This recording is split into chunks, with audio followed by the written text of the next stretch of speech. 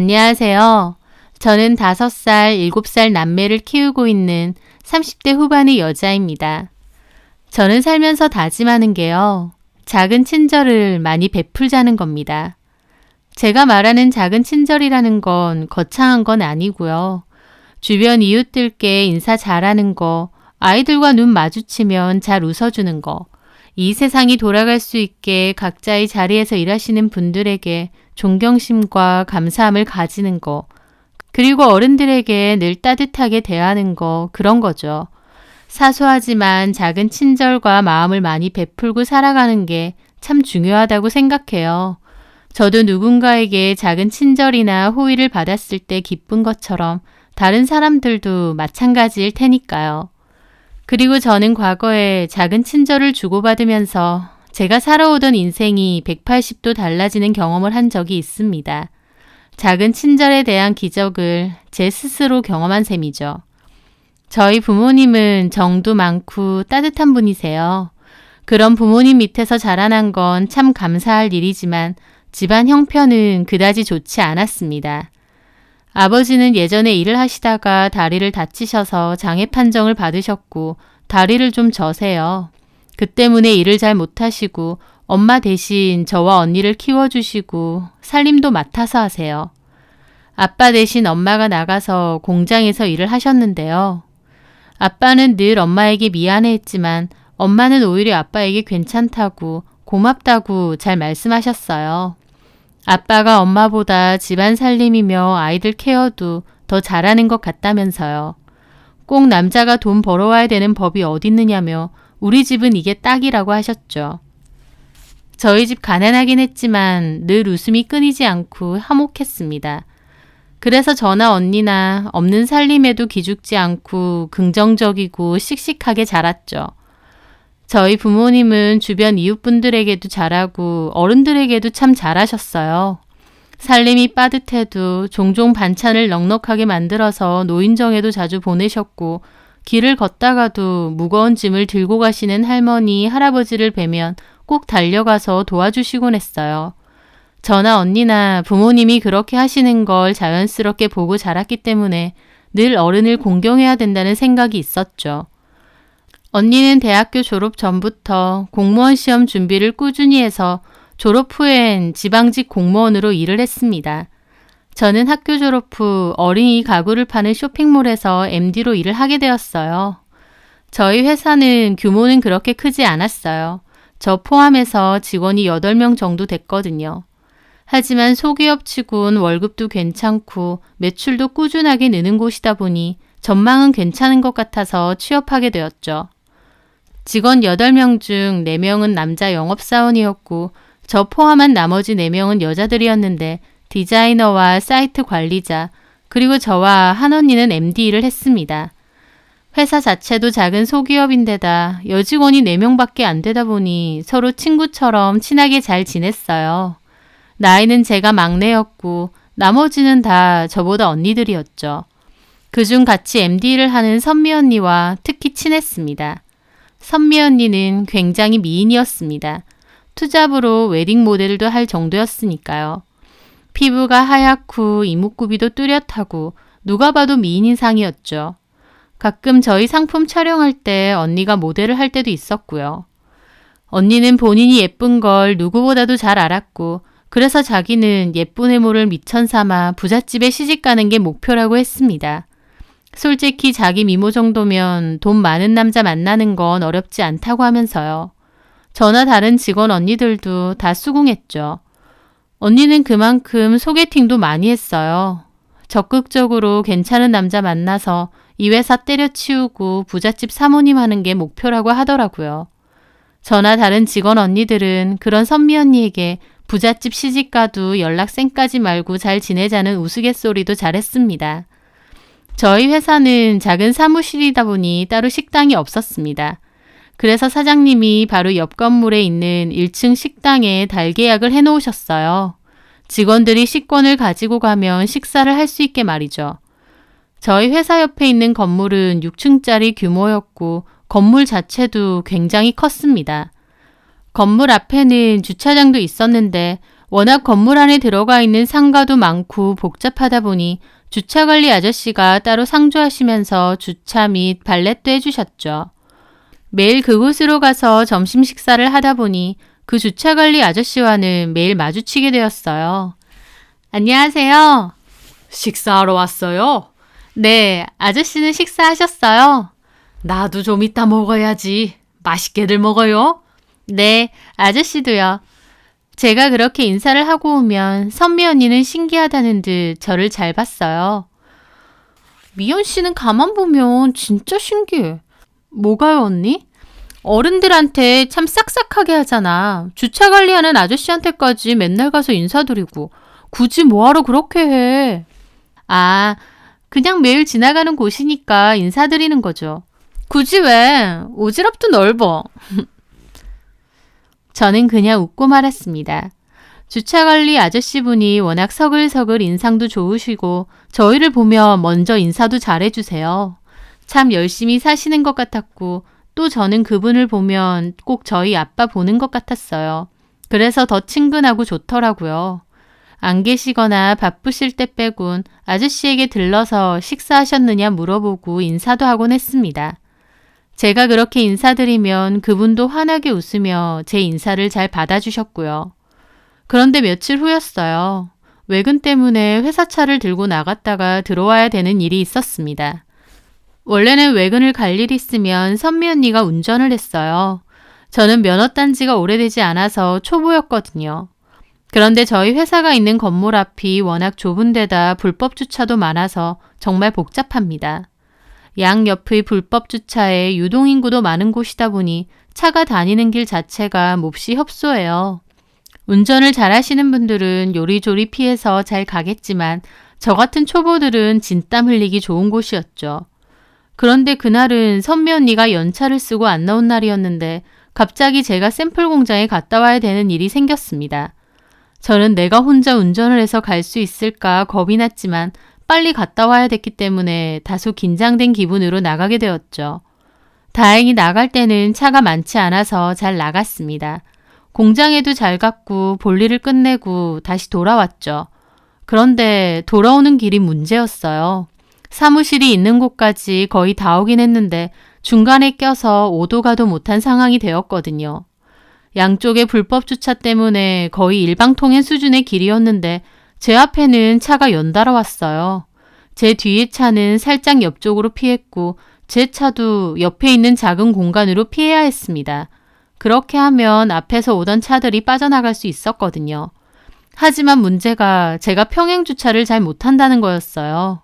갑자기 차들이 왕창 밀고 들어오니 당황해서 우왕좌왕했어요. 평행 주차를 해보려고 해도 당황하니까 어쩔 줄을 모르겠더라고요.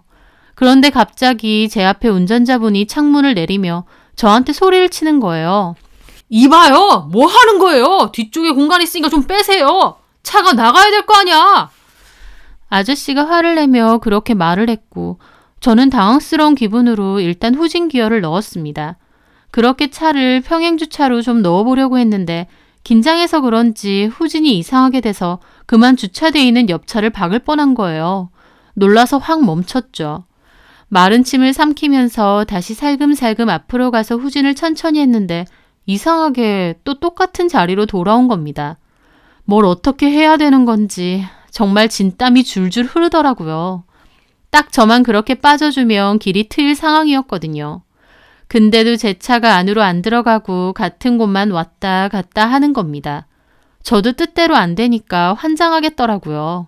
앞에 운전자는 뭐 하는 거냐고 화를 내는 게 보이고요. 이걸 뭘 어떻게 해야 되나 하던 찰나 저 앞에서 주차관리 아저씨가 나오시는 겁니다. 앞에 차들이 안 빠져나가고 막혀 있으니까 나와보신 것 같았죠. 그 순간 그 아저씨를 보는데 무슨 구세주처럼 느껴졌어요. 저는 급하게 정차를 해놓고 차에서 내려서 그 아저씨에게 달려갔습니다. 아저씨, 저 좀 도와주세요. 옆에 쇼핑몰 아가씨네? 네, 아저씨. 저 차를 후진해서 저 공간에 좀 넣어야 되는데 도저히 안 돼요. 아저씨가 좀 해주시면 안 될까요? 저는 거의 울듯이 말했습니다. 아저씨는 급하게 상황을 보시더라고요. 그렇네. 아가씨 차가 평행 주차로 저 안에 들어가야 그나마 차들이 빠지겠어. 다른 곳은 공간이 안 되네. 그쵸. 근데 너무 좁고 차들이 밀려 있으니까 무서워서 못하겠어요.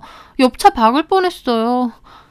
제가 완전 울상으로 부탁을 하니 아저씨도 알겠다며 가보자고 하셨어요. 아저씨는 기다리던 운전자들에게 손짓으로 잠시 기다리라고 하시더니 제 차를 타고는 능숙하게 빈 공간에 쏙 넣으셨어요. 그제야 막혀있던 차들도 조금씩 비켜나면서 겨우 나가게 되었죠. 차들이 웬만치 빠지고 나서는 아저씨가 저보고 타라고 하시더니 저희 사무실이 있는 건물 주차장까지 태워다 주셨습니다. 저는 너무 감사하더라고요. 진짜 감사합니다. 감사해요.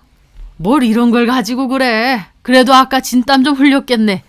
저 울 뻔했어요. 아저씨 안 오셨음 아직도 그러고 있었을 거예요. 원래 평행 주차가 좀 힘들어요. 시간 날 때 한산한 곳에서 연습을 좀 해야 돼.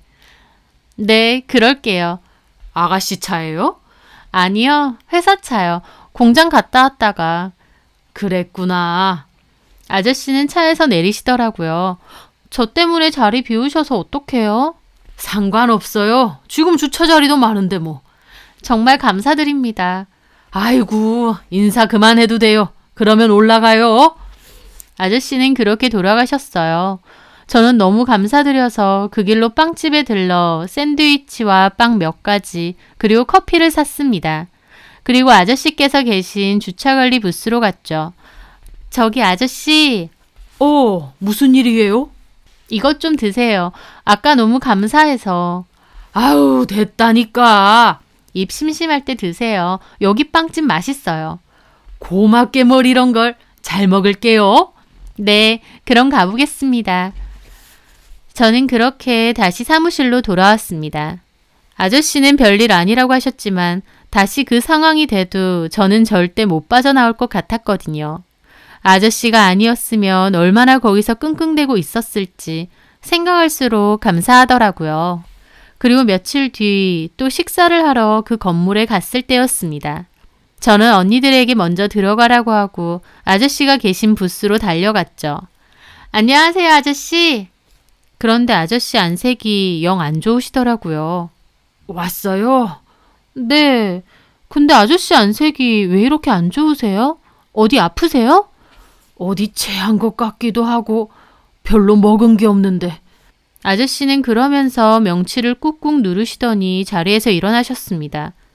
그럼 밥 맛있게 먹어요. 나는 저기 차 들어와서. 네. 아저씨는 일하러 가셨는데 저는 아저씨가 걱정이 되었습니다. 그래서 식당으로 가려다 말고 걸음을 돌려 약국으로 갔어요. 그리고 소화제를 2가지 사왔죠. 제가 주차관리 부스 앞으로 가니까 아저씨도 오시더라고요. 저는 소화제를 드렸습니다. 체하신 것 같은데 일단 이거 드시고 영 안 나오면 병원을 가보세요. 저 앞에 내과 저기 잘해요. 아저씨는 제가 드린 소화제를 보고 약간 감동을 받으신 듯 했습니다. 나 체한 것 같다고 이걸 일부러 약국까지 가서 사왔어요? 네, 여기 바로 약국 있잖아요. 아유, 뭐하러. 내가 가도 되는데. 바빠 보이셔서요. 일단 드시고 계속 안 좋으시면 바로 병원 가보세요. 급체한 거 놔두면 큰일 나요. 아셨죠? 제 말에 아저씨는 웃으며 고개를 끄덕이시더라고요. 고마워요, 아가씨. 뭘요? 그럼 저는 들어가 볼게요. 저는 아저씨께 인사를 드리고 식당으로 갔습니다. 가는 길에 슬쩍 돌아봤는데 아저씨께서 제가 준 약을 한참이나 물끄러미 보고 계시더라고요. 약 드시고 나으셔야 될 텐데 생각하며 저는 식당으로 들어갔습니다. 선미 언니가 그러더라고요. 왜 이렇게 늦게 와? 저는 주차 아저씨가 체한 것 같아서 약을 좀 사다 드렸다고 했어요. 그 말에 선미 언니는 어이없다는 듯 웃더라고요. 아, 가만 보면 미연 씨는 진짜 오지랖이 태평양이야. 뭔 상관이야. 저 아저씨가 무슨 미연 씨 아버지야? 저번에 저 도와주셨단 말이에요. 주차하는 아저씨가 주차 좀 해준 거 가지고 뭘 그렇게 고마워해. 고마워할 리도 쎘네. 미연 씨 가만 보면 진짜 주책이다. 저는 입을 삐죽였고 옆에 다른 직원 언니들이 그러더라고요. 뭘 그래. 미연이가 착해서 그런 거지. 하지만 선미 언니는 고개를 젓더라고요. 나 같으면 그런 쓸데없는 짓 안 한다. 영양가 하나도 없는 짓이야. 약사들인 것 같고 뭔 영양가요. 미연 씨, 쓸데없는 사람들한테 온갖 친절 베풀면서 살지 마. 본인만 괴로워. 내가 잘 보여야 되는 사람, 나한테 이득이 되는 사람, 그런 사람들을 잘 가려보고 그런 사람들한테만 집중적으로 잘해야 되는 거야. 그게 똑똑하게 효율적으로 사는 거야. 미연 씨처럼 쓸데없는 사람들한테 잘하는 거?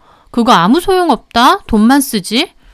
미연 씨 저번에 보니까 추석 때 청소해 주시는 아주머니한테도 김 세트 드렸지? 식사할 때 같이 드시라고요. 감사하잖아요. 매일 사무실 청소도 해주시고. 돈 받고 하는 거 아냐. 그냥 해주는 건 줄 알아? 미연 씨 누가 보면 돈이 남아도는 줄 알겠어. 선미 언니랑은 같은 일을 하다 보니 친하긴 했는데 저를 잘 면박주기도 했습니다. 제가 쓸데없는 오지랖을 부리는 게 이해가 안 된다면서요. 저도 그냥 웃으면서 그만하고 밥이나 드시라고 하고 말았죠.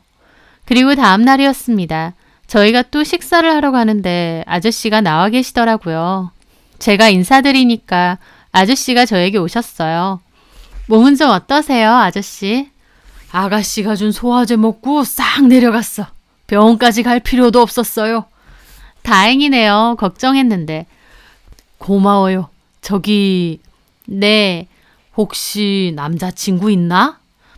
아저씨의 물음에 옆에 있던 언니들도 어리둥절하게 봤습니다. 남자친구요? 없는데요. 그래? 잘됐다. 혹시 우리 아들 소개 한번 받아볼 생각 있어요? 저는 아저씨의 말에 깜짝 놀랐습니다. 갑자기 아들을 소개시켜준다고 하시는 거예요. 저는 당황했고 옆에 있던 미연 언니는 안 들리게 살짝 코웃음까지 치더라고요. 아저씨 아들요? 응, 내 아들이지만 꽤 괜찮아요. 사진이라도 한번 볼래요? 아, 아저씨는 사진을 보여주려고 하셨죠. 저는 순간 뭐라고 대답할지 몰라서 당황했습니다. 생각지도 못한 말이었으니까요. 제가 우물쭈물하니까 갑자기 선미 언니가 제 팔을 탁 잡고 당기면서 그러더군요.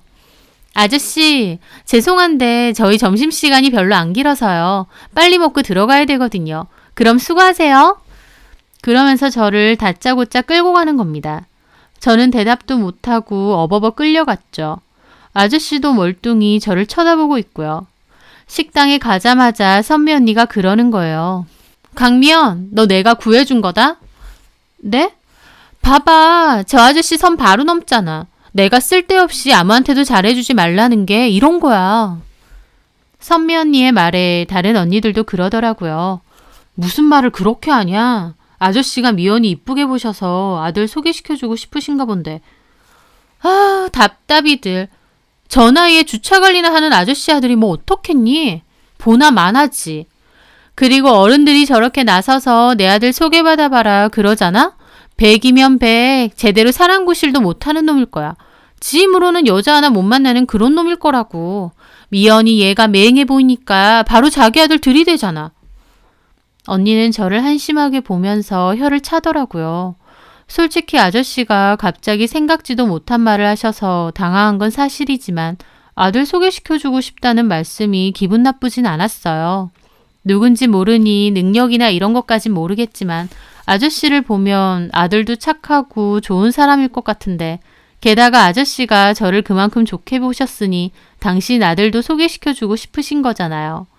근데 선미 언니는 저런 아저씨 아들 만날 생각 말라고 보나마나 별 볼 일 없을 거라고 하더라고요. 다른 언니는 밥을 먹으면서 슬쩍 저에게 묻더군요. 미연아, 너 어쩔 생각이야? 나는 괜찮은데. 괜찮다고? 그러면 저 아저씨 아들 진짜 소개받는다고? 말 그대로 그냥 소갠데요, 뭐. 아, 너답다 너다워. 알아서 해. 나 같으면 저런 시아버지 짜리의 아들은 절대 소개 안 받는다. 언니한테 받으라고 안 하셨잖아요. 저한테 하라고 하셨지. 많이 봐도 그래. 너 혼자 다 봐도. 난 이번 주에 소개팅 할 거야. 집안 빵빵한 남자랑. 잘 되길 바랄게요, 언니. 너도 잘 되길 바란다. 저는 그냥 웃었습니다. 그리고 식사 후 나가는데 아저씨가 다시 오시더라고요. 내가 갑자기 그런 말해서 당황했죠? 밑도 끝도 없이. 아니에요, 아저씨. 저도 좀 당황했는데. 근데 아드님이 몇 살이신데요? 31. 지금 직장 생활하고. 아, 그렇구나. 그럼 저랑 4살 차이 나네요. 아가씨가 27이구나. 네, 생각 있어요? 아들 사진 보여줄까? 네, 보여주세요. 그러자 뒤에 있던 언니들도 와서 사진을 구경하더라고요. 아저씨와 아드님이 등산 가서 찍은 사진이었는데 키도 훤칠하고 인상이 좋으시더라고요. 인상 좋으시다. 그쵸? 성격은 더 좋아. 나랑 등산도 잘 다니고. 한번 만나볼 생각 있어요? 네, 해주시면 좋죠. 아유, 잘 됐네. 그러면 번호 좀 여기 찍어줘봐요. 저는 아저씨 폰에 제 번호도 드렸습니다. 아저씨는 아들한테 번호 전달해 주겠다고 하며 웃으시더라고요. 사무실로 돌아오는데 언니 한 명이 사진 보니까 인물이 훤칠하더라고 그랬어요. 하지만 선미 언니는 인물 훤칠하면 뭐하니? 남자는 돈이 많아야 돼. 얼굴 빼먹고 살 일 있어? 무슨 일 하는지도 모르잖아. 뻔하다니까. 그래도 저는 만나볼래요. 외모도 선한 사람 같고. 그러시던가. 너랑은 잘 어울릴 것 같아. 그날 저녁 아저씨의 아들분에게서 연락이 왔습니다. 이름은 이상진이고 은행에서 일을 한다고 했어요. 톡으로만 대화하는데도 참 매너 있고 예의 바른 게 느껴져서 좋더라고요. 저희는 그렇게 톡이나 전화로 일주일 정도 연락을 하다가 약속을 잡고 만나기로 했습니다. 일 끝나고 저희 사무실 앞으로 데리러 온다고 하시더라고요. 저는 언니들에게 그분이 사무실 앞으로 데리러 온다고 했고 어차피 퇴근하는 길이다 보니 언니들도 어떤 남자인지 구경한다면서 같이 기다린다고 했습니다. 그렇게 건물 앞에서 잠시 기다리고 있는데 비싸기로 유명한 외제차 한 대가 들어왔어요. 그리고는 제 앞에 서더라고요. 그 안에서는 정장을 멀끔하게 빼입은 잘생긴 남자 한 명이 내렸습니다. 많이 기다렸죠, 미연 씨. 퇴근길이라 많이 막히네요. 상진 씨의 등장에 옆에 있던 언니들도 엄청 놀라더라고요. 그때 아저씨가 보여준 사진으로는 등산복 차림에 수더분해 보였는데 이렇게 보니 완전 젠틀하고 멋있는 외모의 남자였습니다. 아니요, 저도 방금 나와서. 타세요. 배고프실 텐데 식사 먼저 하시죠. 제가 괜찮은 곳 예약해놨거든요. 그러면서 상진 씨는 제 옆에 서 있는 언니들을 보게 됐죠. 저는 다급하게 언니들을 소개했어요. 같이 일하는 언니들인데 퇴근한다고 같이 나왔거든요. 아, 그러시구나. 처음 뵙겠습니다. 상진 씨는 사람 좋게 웃으며 인사를 하더니 저에게 차에 타라고 했어요. 그 순간 선미 언니가 불쑥 그러더라고요. 저기 초면에 죄송한데 저 앞에 지하철까지만 저희도 데려다 주시면 안 될까요? 선미 언니는 여우같이 웃으며 그러는 겁니다. 상진 씨는 저를 쳐다봤고 제가 웃으며 말했죠. 혹시 그래 주실 수 있나요? 그럼요. 타세요. 그렇게 저는 조수석에 뒷좌석엔 언니들이 탔습니다. 차 정말 좋다. 내부도 넓고. 할부죠? 이거 할부 많이 해야 될 텐데. 선미 언니가 묻자 상진 씨가 웃으며 그러더군요. 아니요. 실은 아버지가 취업기념으로 사주셨어요. 네? 주차관리 아저씨가 뭔 돈이 있어서 이런 비싼 차를요? 선미 언니의 말에 저는 깜짝 놀라서 돌아봤습니다. 너무 무례했거든요. 옆에 있는 언니들도 선미 언니 팔을 확 잡아당기더라고요. 그만하라고요. 상진 씨도 선미 언니의 무례한 말투에 조금 놀란 것 같긴 한데 그래도 매너 좋게 웃으며 말하더군요. 뭐 사주실만 하니까 사주셨겠죠. 역 다 왔는데 여기서 내려드리면 될까요? 네, 감사합니다. 죄송해요. 소개팅 하는데 저희가 눈치 없이. 조심히 가세요. 미연아, 재밌게 놀아? 네, 내일 봐요. 그렇게 언니들은 선미 언니를 잡아 끌고 내리더라고요. 저는 초면인데 차 태워달라고 하고 혹시 기분 나빴을까 걱정되더라고요. 죄송해요. 직장 동료긴 하지만 워낙 친한 언니들이라. 죄송하긴요. 금방인데요 뭐. 프렌치 레스토랑 괜찮으세요? 제가 그리로 예약을 했는데 혹시 싫으시면 다른 데 가도 되고요. 아니에요. 좋아해요. 아버지한테 말씀 많이 들었어요. 참 귀엽고 싹싹하고 마음씨도 예쁘다고. 실제로 보니 더 그러신 것 같아요. 그렇게 말씀해 주셨어요. 감사하게. 아버지가 엄청 좋게 보셨어요. 저보고 그런 여자를 만나야 된다고 하시면서요. 저희 아버지 보는 눈 정확하시거든요. 상진 씨는 성격도 시원시원하고 남자다웠습니다. 대화도 잘 이끌어 나가고요. 저희는 처음 만난 것 같지 않게 이런저런 대화를 즐겁게 나누며 식사하러 갔죠. 인당 20만 원이 넘는 비싼 레스토랑이더라고요. 야경도 멋지고요. 저희는 그곳에서 서로에 대해서 이런저런 얘기를 많이 나눴습니다. 상진 씨는 외국계 은행에 다닌다고 했고 남동생 한 명이 더 있다는 얘기도 했습니다. 동생은 현재 대학병원에서 수련 중인 전공이라고 하더라고요. 아저씨께서 아들 둘을 다 엄청 잘 키우셨구나 싶었죠. 저는 언니 한 명이 있고 부모님에 대한 얘기도 했어요. 아버지가 몸이 좀 불편하시다는 얘기도요. 상진 씨는 놀라는 내색도 없이 아무렇지 않게 제 얘기를 잘 들어주더라고요. 보통 저희 아빠가 장애가 있다고 하면 좀 놀라거나 괜히 위로랍시고 안 됐다는 눈빛을 보내는 사람도 많은데 상진 씨는 아무렇지 않아 했습니다. 참 괜찮은 남자 같았죠. 아저씨가 좋으신 분 같아서 아들도 좋은 사람일 거라고 생각했는데 막상 만나보니 사람 자체로도 조건으로도 뭐 하나 빠질 것 없이 괜찮은 사람이었습니다. 가만 있어도 여자들이 줄을 설 것 같은데 왜 굳이 아저씨는 저한테 아들을 소개시켜 주셨을까 싶기도 했고요. 그런데 상진 씨가 그러더군요. 자기는 아버지를 세상에서 제일 존경한다고요. 맨 바닥에서 자수성가하신 분이고 지금도 자기보다 일 더 열심히 하신다면서요. 그러면서 하는 말이 아저씨가 주차 관리를 하는 그 건물이 사실은 아저씨 소유라고 하는 겁니다. 저는 깜짝 놀랐죠. 당연히 주차 관리만 해주시는 분인 줄 알았는데 그 건물 주인이라고 하시니까요. 상진 씨 말로는 아버지가 그 건물에 대한 애착이 크시다며 그래서 주차 관리도 직접 하시는 거라고 했습니다.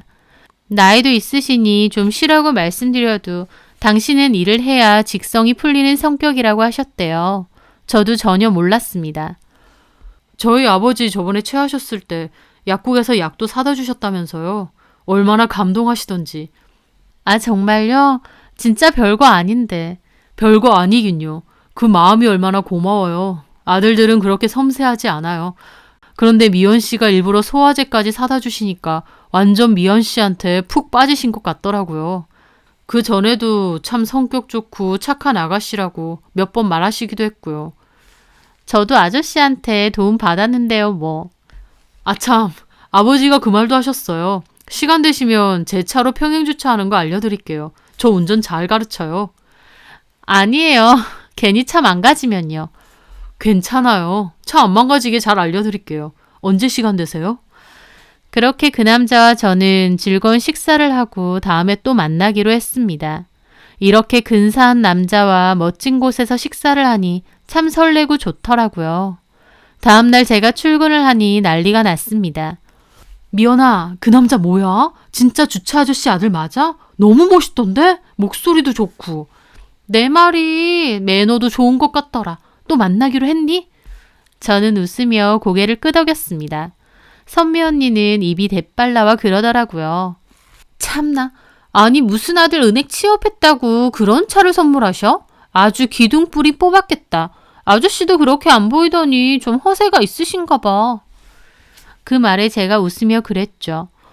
들어보니까 아저씨 그러실만 하던데요. 저 건물 아저씨 거래요. 제 말에 선미 언니는 무슨 용수철이라도 발바닥에 박은 듯 튀어오르는 겁니다. 그게 뭔 소리야? 저 건물이 그 주차관리 아저씨 거라고? 네, 저도 몰랐는데 아저씨가 건물주시래요. 아니 근데 저런 건물식이나 들고 있으면서 왜 주차관리를 하고 있어? 본인 건물이니까 그냥 본인이 하시는 거라고 하던데요. 와, 대박이다 진짜. 저 건물 안에 상가가 몇 개야. 이 근처 땅값도 장난 아니잖아. 미연아, 너 완전 땡 잡았다. 저는 그냥 어색하게 웃었죠. 선미 언니는 제가 자기 남친을 뺏어가기라도 한 양 엄청 분해하고 속상해 하더라고요. 이럴 줄 알았으면 그 아저씨한테 자기가 소개받는다 할 걸 그랬다면서요. 얼굴도 자기가 훨씬 예쁜데 왜 자기가 아니라 미연이 너한테 소개를 해준 건지 모르겠다 하더라고요. 저는 그냥 웃고 말았죠. 그 후 저는 아저씨의 든든한 응원 아래 상진 씨와 좋은 만남을 이어갔습니다. 나중에 따로 상진 씨 어머니와 아저씨도 함께 만나 뵀어요. 상진 씨 어머니도 인상도 좋고 인품이 참 좋으시더라고요. 1년 정도 사귀고 나서 결혼 이야기도 나왔는데 저희 집이 상대적으로 형편이 너무 처져서 걱정했거든요. 하지만 오히려 아저씨, 아니 아버님은 아무 걱정하지 말고 시집 오라면서 필요한 건 다 해준다고 하셨습니다. 며느리 사랑은 시아버지라는 말도 있는데 그게 딱 저희 아버님이셨어요. 저 아쉬운 일 없게 금전적으로도 빵빵하게 지원해 주셨고요. 그렇게 저는 결혼하고 아이도 둘 낳으며 잘 살고 있습니다. 첫째 아이 낳았을 때 아버님이 차도 한 대 사주셨어요. 아이 태우고 다닐 거면 튼튼한 차여야 된다고 하시면서 차체가 두껍기로 유명한 외제차로 바꿔주시더라고요. 결혼하고 나서 일은 그만뒀어도 직장 언니들하고는 한 번씩 연락하고 만났는데요. 한 번은 모임에 그 차를 타고 가니까 언니들이 다 대박이라고 진짜 시집 잘 갔다면서 막 그러더라고요. 제가 하고 다니는 것도 예전과는 딴판이라면서 완전 부잣집 사모님 다 됐다고 하면서요. 언니 한 명 말로는 선미 언니는 그런 제 모습에 배 아파했다고 했습니다. 부잣집 사모님이 꾸민 사람은 선미 언니였는데 정작 제가 그러고 다니니까요. 그래서인지 언젠가부터 선미 언니는 모임에 안 나오더라고요. 나머지 언니 둘하고는 지금도 연락하고 결혼식 참석도 하고 모임도 가지면서 잘 지내고 있고요. 지금 와서 생각해봐도 아버님과 저의 인연이 참 신기합니다. 아버님 말로는 제가 소화제 갖다 드린 날 이미 저를 며느리로 점 찍으셨다고 했어요. 당신 아들에 비해 저는 능력도 집안도 다 모자랄 텐데 착하고 예의 있는 모습 하나만 보고 잘난 아들의 며느리감으로 찍으셨다니 저희 아버님께 참 감사하더라고요. 지금도 아버님과는 잘 지내고 있습니다. 여전히 아버님은 주차 관리를 하시고 저도 종종 놀러가서 담소도 나누고 식사도 하고 올 때가 많아요. 사람 하나만 보고 저를 좋아해 주셨던 아버님의 그 마음을 기억하며 저도 늘 잘하려고 합니다. 제 사연 들어주셔서 감사합니다.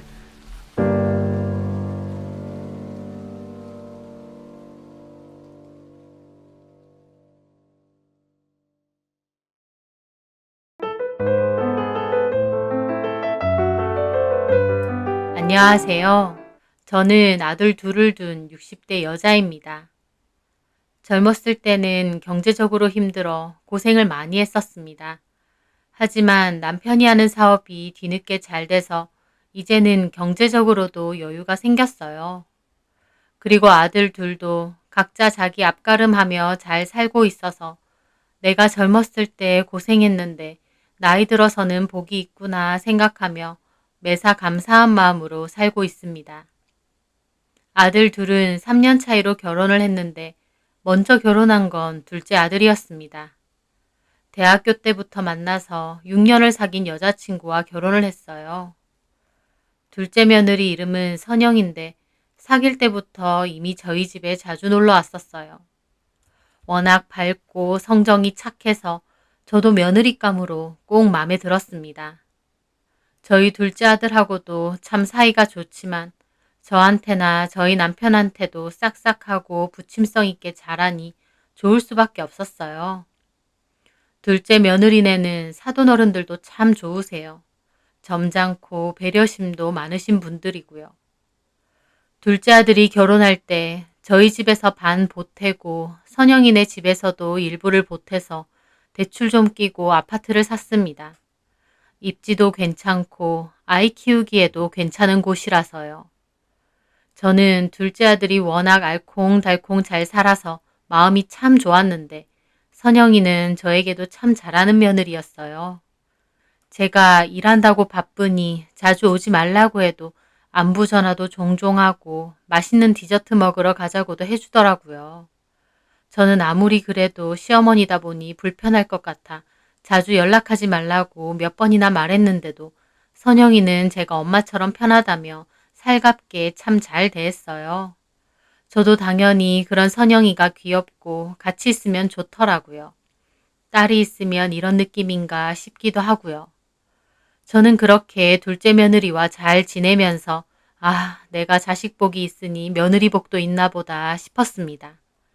저희 아들들이 대단하게 성공하고 잘난 건 아니지만 그래도 지 앞가림은 잘하고 사니 이만하면 정말 잘 커졌다고 생각하거든요. 그러다가 첫째 아들도 결혼할 여자를 데리고 온다고 하더군요. 저는 내색은 안 해도 둘째 며느리인 선영이가 워낙 마음에 드는 며느리다 보니 첫째가 데리고 올 여자도 기대를 했습니다. 그렇게 밖에서 인사 겸 식사하는 자리가 있었어요. 그런데 막상 첫째 며느리 될 아이를 만나보니 제 생각과는 좀 다르긴 하더라고요. 첫째 며느리 될 아이의 이름은 정하고 딱 봐도 미인이더라고요. 그런데 말수가 극히 적고 표정이 별로 없더라고요. 처음엔 성격이 좀 내성적인가 보다 했습니다. 여성스럽고 차분한 성격도 또 괜찮지 싶어 나름 첫인상은 그렇게 나쁘지 않았어요. 그런데 식사를 하며 보니 저와 남편을 엄청 어려워하더라고요. 눈도 잘 못 마주치고 대답도 거의 단답형으로 하면서 음식만 쳐다보고 쩔쩔 매는 거예요. 저는 속으로 그런 모습이 좀 안쓰럽더라고요. 그래서 제가 웃으며 말했습니다. 많이 불편하죠? 시부모 될 사람들이라 생각하니 더 불편할 거예요. 괜찮으니까 너무 어려워하지 말아요. 제 말에 정화는 네, 어머님 하며 고개를 끄덕이더라고요. 하지만 집에 갈 때까지도 계속 바닥만 쳐다보며 눈치를 보더라고요. 집에 돌아갔을 때 첫째 아들이 정화 어떻느냐고 물어봤습니다. 차분하고 조용해 보이더라. 너는 좀 활발하고 톡톡 튀는 스타일 좋아하는 줄 알았는데 막상 결혼하고 싶다고 데리고 온 여자는 정반대 스타일이네? 하며 저는 웃었죠. 그 말에 저희 첫째 아들은 처음이라 낯설어서 그래요. 정아 별로 차분한 스타일 아니야. 지 할 말 다 하는 스타일이에요. 성격도 좀 센 편이고 오늘은 좀 긴장한 것 같아요. 아들은 정아가 제가 생각한 성격이 아니라고 하더라고요. 저는 좀 의외라는 기분이 들었어요. 어머, 그러니? 보기엔 세상 조용하고 차분하던데. 어쨌든 첫째 아들은 정아에게 푹 빠진 것 같았고 저도 아들이 좋다는데 굳이 반대하고 자시고할 건 없었습니다. 그렇게 큰아들과 정아는 결혼 준비를 시작한다고 했습니다. 그런데 얼마 지나지 않아 저는 뜻밖의 전화를 받았어요. 바로 정하더군요. 저한테 따로 만날 수 있냐고요. 저는 좀 의외였습니다. 갑자기 저를 따로 만나자고 할 이유가 뭐가 있을까 싶었지만 일단 알겠다고 하고 집으로 초대했습니다. 저희 집에는 마침 일을 봐주시는 분이 계셔서 식사는 했냐니까 먹었다면서 저희 집을 둘러보더라고요. 어머님, 집이 정말 좋아요. 크고. 그래요? 네, 일하시는 분도 있으신가 봐요? 매일은 아니고 일주일에 두세 번 정도 오는 분이에요. 아, 그렇구나. 하긴 집이 꽤 커서 어머니 혼자 관리하시긴 힘들 것 같아요. 뭐, 그렇게 크진 않은데 정화는 첫 만남과 달리 굉장히 적극적으로 말을 잘 하더라고요. 저희 아들 말처럼 처음엔 어색하고 긴장돼서 그랬나 보다 싶었죠. 저희 집에 비하면 이 집은 궁궐이에요, 어머님. 저희 집 엄청 작은 반지하거든요. 정화는 그렇게 말하며 얼굴이 급격히 어두워지더라고요. 저는 뭐라고 말을 해야 할지 순간 모르겠어서 적당히 대답했습니다. 아휴, 집 크기가 뭐가 그렇게 중요해요. 부모님이 그래도 이렇게 잘 키워주셨잖아요. 저기, 실은이 어머님, 제가 따로 뵙자고 한 게요. 식사 자리에서 안 여쭤보셔서 말씀 못 드렸는데, 저 아버지가 안 계세요. 어렸을 때 이혼하셨고, 지금은 어디 사시는지도 몰라요. 그래서 저희 엄마가 혼자 저 키워주셨는데요. 저희 집 사정이 그렇게 넉넉치는 않아요.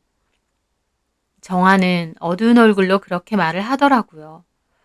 저는 아들에게 따로 들은 얘기가 없어서 조금 놀랐지만 한편으론 안쓰럽기도 했습니다. 묘하게 얼굴에 드리워진 그늘이 그런 이유 때문이구나 싶기도 했거든요. 어머님이 고생 많이 하셨겠네. 네, 안 해본 일 없이 고생 많이 하셨죠. 그래서 사실 제가 결혼을 해도 되는지 모르겠어요.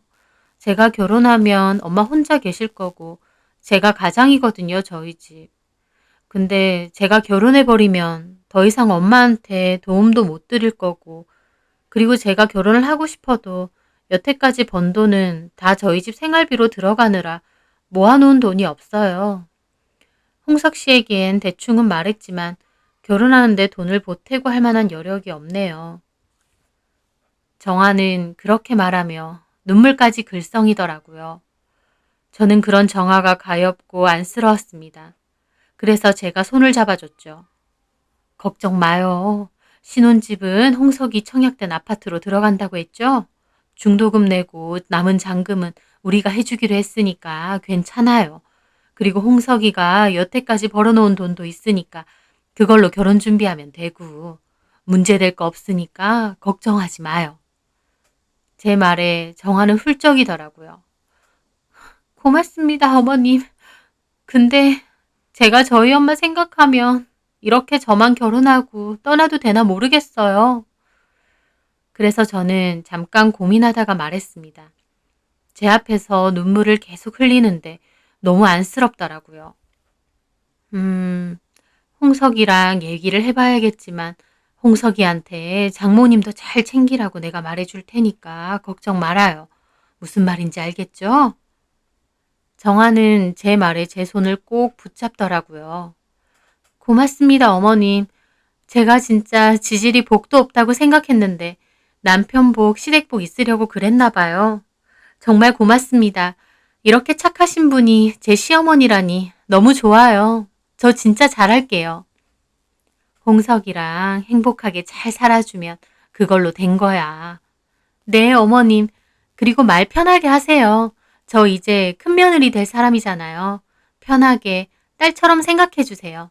어머님 아들밖에 없으셔서 딸 있는 느낌 뭔지 모르시잖아요. 제가 어머님 딸 해드릴게요. 그러면서 정화는 애교 가득하게 웃더라고요. 긴장해서 눈도 못 마주쳐 하던 첫인상과는 좀 다른 모습이라 놀라긴 했는데 그래도 정화가 너무 살갑게 대하니 또 좋더라고요. 정화가 싹싹하고 친화력이 좋아 보여서 둘째 며느리인 선영이랑도 잘 지내겠다 싶었습니다. 그렇게 정한의 어머님과 가족 상견례를 가졌어요. 그런데 막상 사돈을 직접 뵈니 정화 말만 들었던 것과는 이미지가 사뭇 다르더라고요. 엄청 화려한 외모였습니다. 화장도 짓고 머리도 엄청 높게 올림머리를 했더라고요. 게다가 옷이나 가방도 엄청 화려한 색깔의 명품이었고요. 자식 상견례니까 신경 써서 오셨을 거지만 제가 정화에게 들었을 때 근근히 안 해본 일 없이 살아왔다고 하는 모습과는 좀 다르긴 하더라고요. 하지만 그런 것도 어떻게 보면 편견이다 생각했습니다. 그런데 막상 대화를 나눠보니 사도는 성격도 보통은 아닌 것 같더라고요. 저희 정화 정말 예쁘죠? 어딜 가면 미인이란 소리 꼭 들어요.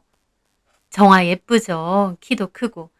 저 닮아서 그래요. 저도 외모 덕에 젊었을 때 꽤 날렸거든요. 사돈의 말에 저와 남편은 조금 머쓱한 기분으로 웃으며 말했습니다. 예, 사돈도 정말 미인이세요.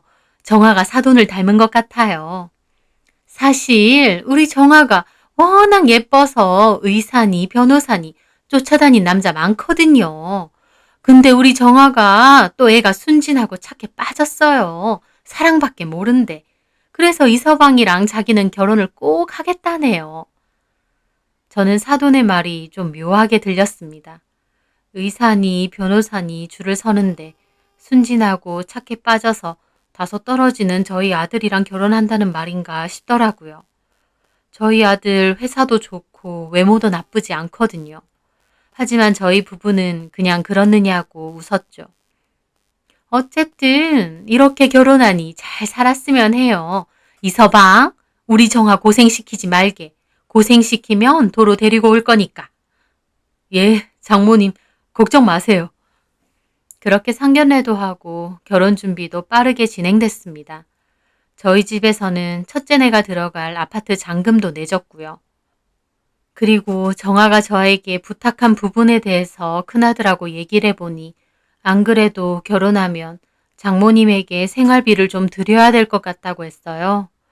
결혼하면서 정아는 바로 임신할 거라고 직장도 그만둔 상태라 저희 아들이 돈을 보내줘야 되는데 아무리 저희 아들이 대기업 다닌다고 해도 이제 외벌인데 처가댁에 생활비까지 드리면 좀 힘들 것 같더라고요. 그래서 제가 남편과 상의 끝에 저희 집에서 아들에게 100만 원씩 매달 보내주기로 했습니다. 장모님 생활비는 그걸로 드리고 네가 버는 돈은 잘 저금하라고요.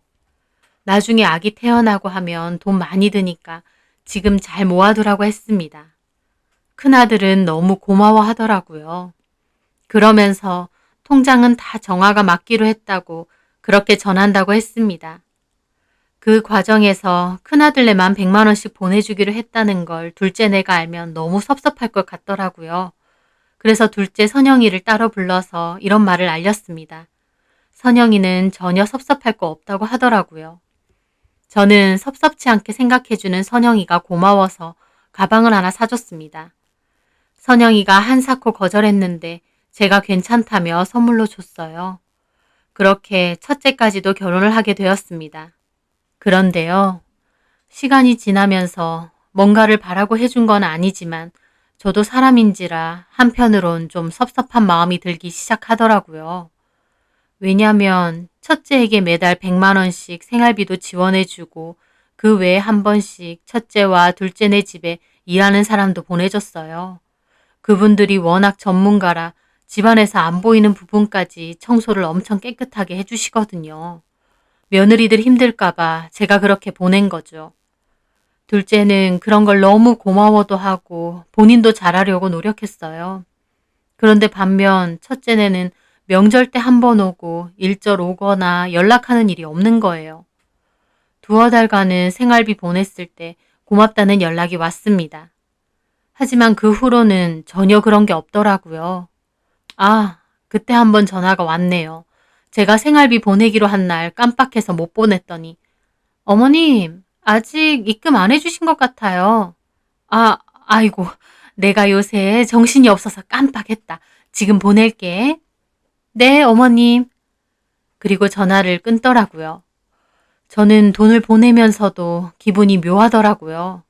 아무리 제가 좋은 마음으로 먼저 생활비를 보내드린다 했지만 무슨 맡겨놓은 돈 찾는 것처럼 하더군요. 저한테 미안해하거나 고마워하는 게 아니라 왜 입금을 안 했냐는 식으로 묘하게 띠껍게 말을 하는 말투까지도 거슬렸습니다. 내가 너무 예민하겠구나 싶으면서도 말이라도 돈 주기 전엔 저한테 잘하겠다느니 딸처럼 생각하라느니 해놓고 결혼하고 나니 코빼기도 보기 힘든 걸 보자면 좀 그렇더라고요. 어쩌다 큰아들이 온다 해도 정아가 몸이 좀 안 좋다며 혼자만 집에 오더라고요. 처음엔 걱정했는데 지나고 보니 일부러 안 오는 것 같았어요. 수시로 오라는 것도 아니고 저나 남편이 생일이 있거나 어쩌다 몇 달에 한 번 밥이나 먹자고 연락하는 것도 잘 안 왔습니다. 게다가 저희 집 제사가 있어요. 제사를 1년에 딱 한 번만 하거든요. 선영이는 회사 마치자마자 아들이랑 와서 일을 거들었는데 정작 집에 있는 정아는 올 생각을 안 터군요. 그리고 제사 음식을 다 만들어 가니 그제야 슬그머니 오는 겁니다. 저는 좀 괘씸하더라고요. 정아야, 너 오늘 제사인 거 몰랐니? 혹시나 해서 어제 문자도 했잖아. 어머님, 제가요. 급한 일이 있었어요. 그게 뭔데? 정아는 의기양양하게 가방에서 사진 하나를 꺼내더라고요. 태아 사진이었습니다. 저는 깜짝 놀랐습니다. 옆에 있던 선영이도 깜짝 놀라더라고요. 형님, 임신하셨어요? 오늘 병원 갔다 왔어요. 그래서 늦은 거고요. 저는 기쁘더라고요. 첫 손주가 생긴 거였어요. 그래서 늦었다는 정아도 이해했습니다. 가족들이 모두 진심으로 기뻐했어요. 그리고 정아는 임신 초기엔 절대 안정이라고 했다면서 저희 집에는 당분간 못 올 거라고 하더군요. 저는 그 말을 듣고 좀 황당했습니다. 온 적이 없는데 더 못 온다고 아예 쐐기를 박더라고요. 그래서 알아서 하라고 했어요. 그러고 제사 지내고 식사도 하는데 정말 손 하나 까딱 않고 거실에만 있더라고요. 저희 집은 아들들도 일을 거들고 남편도 많이는 아니더라도 어느 정도 집안일을 하는 분위기입니다. 그 와중에 정아 그 애만 나오지도 않은 배를 만지며 소파에 떡하니 앉아서 과일을 먹고 있더라고요. 임신했다니까 조심해야지 하면서도 속으론 생각보다 뻔뻔한 구석이 있구나 생각했습니다. 그런데 하루는 집에 좋은 소고기가 선물로 들어와서 첫째 아들에게 식사하러 오라고 했어요. 역시나 큰아들만 왔는데 아들이 그러는 거예요. 근데요, 엄마, 정아 임신도 했는데 뭐 없어요? 저는 좀 놀랐습니다. 저희 아들이 저런 말을 엄마에게 다 하는구나 싶었거든요. 월급 받으면 부모님 먼저 챙기던 앤데 도리어 저희 보고 먼저 뭐 없냐고 묻더라고요. 저는 일부러 웃으며 장난치듯 말했죠. 홍석아, 너 엄마 아빠한테 뭐 맡겨놨니? 아, 아니에요. 죄송해요. 저는 웃으며 말했어요. 나중에 아기 태어나면 그때 좀 해줄게. 너 요새 살림이 좀 어렵나 보다? 그런 건 아니고요. 이것도 나중에 한 사실이지만 정아가 아들에게 말하라고 시켰다더군요. 임신했는데 왜 아무것도 없냐고 아들을 들들 볶으면서요. 그런데 그맘때쯤 저희 집에 또 경사가 생겼습니다. 둘째 선영이도 아이를 가진 거였죠. 가족 모두 기뻐했습니다. 첫째와 둘째 며느리 모두 임신을 한 거였으니까요. 갑자기 손주가 둘이나 생겨서 정말 좋더라고요. 그런데 하루는 큰아들 홍석이가 저희 집에 와서 그 소리를 하는 거예요. 저기 엄마, 혹시 재수 씨한테 가방 사줬어요?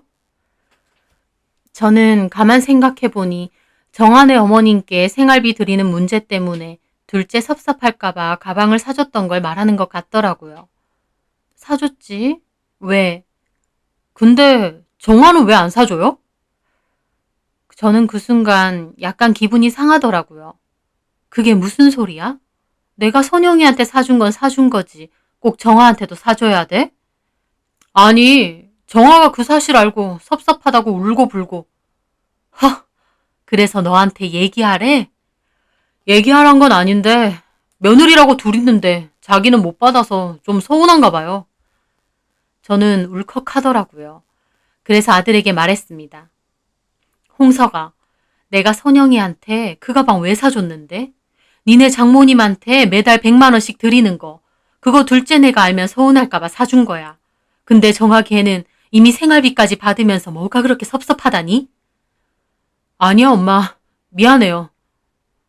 큰아들 말에 저는 기분이 몹시 상했습니다.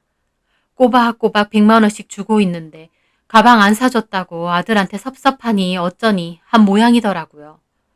저는 제가 좋은 게 좋다고 가만히 있는데 얘가 점점 심하게 구네 싶었어요. 그래서 저도 섭섭한 거 말했죠. 근데 정하게 좀 그렇다.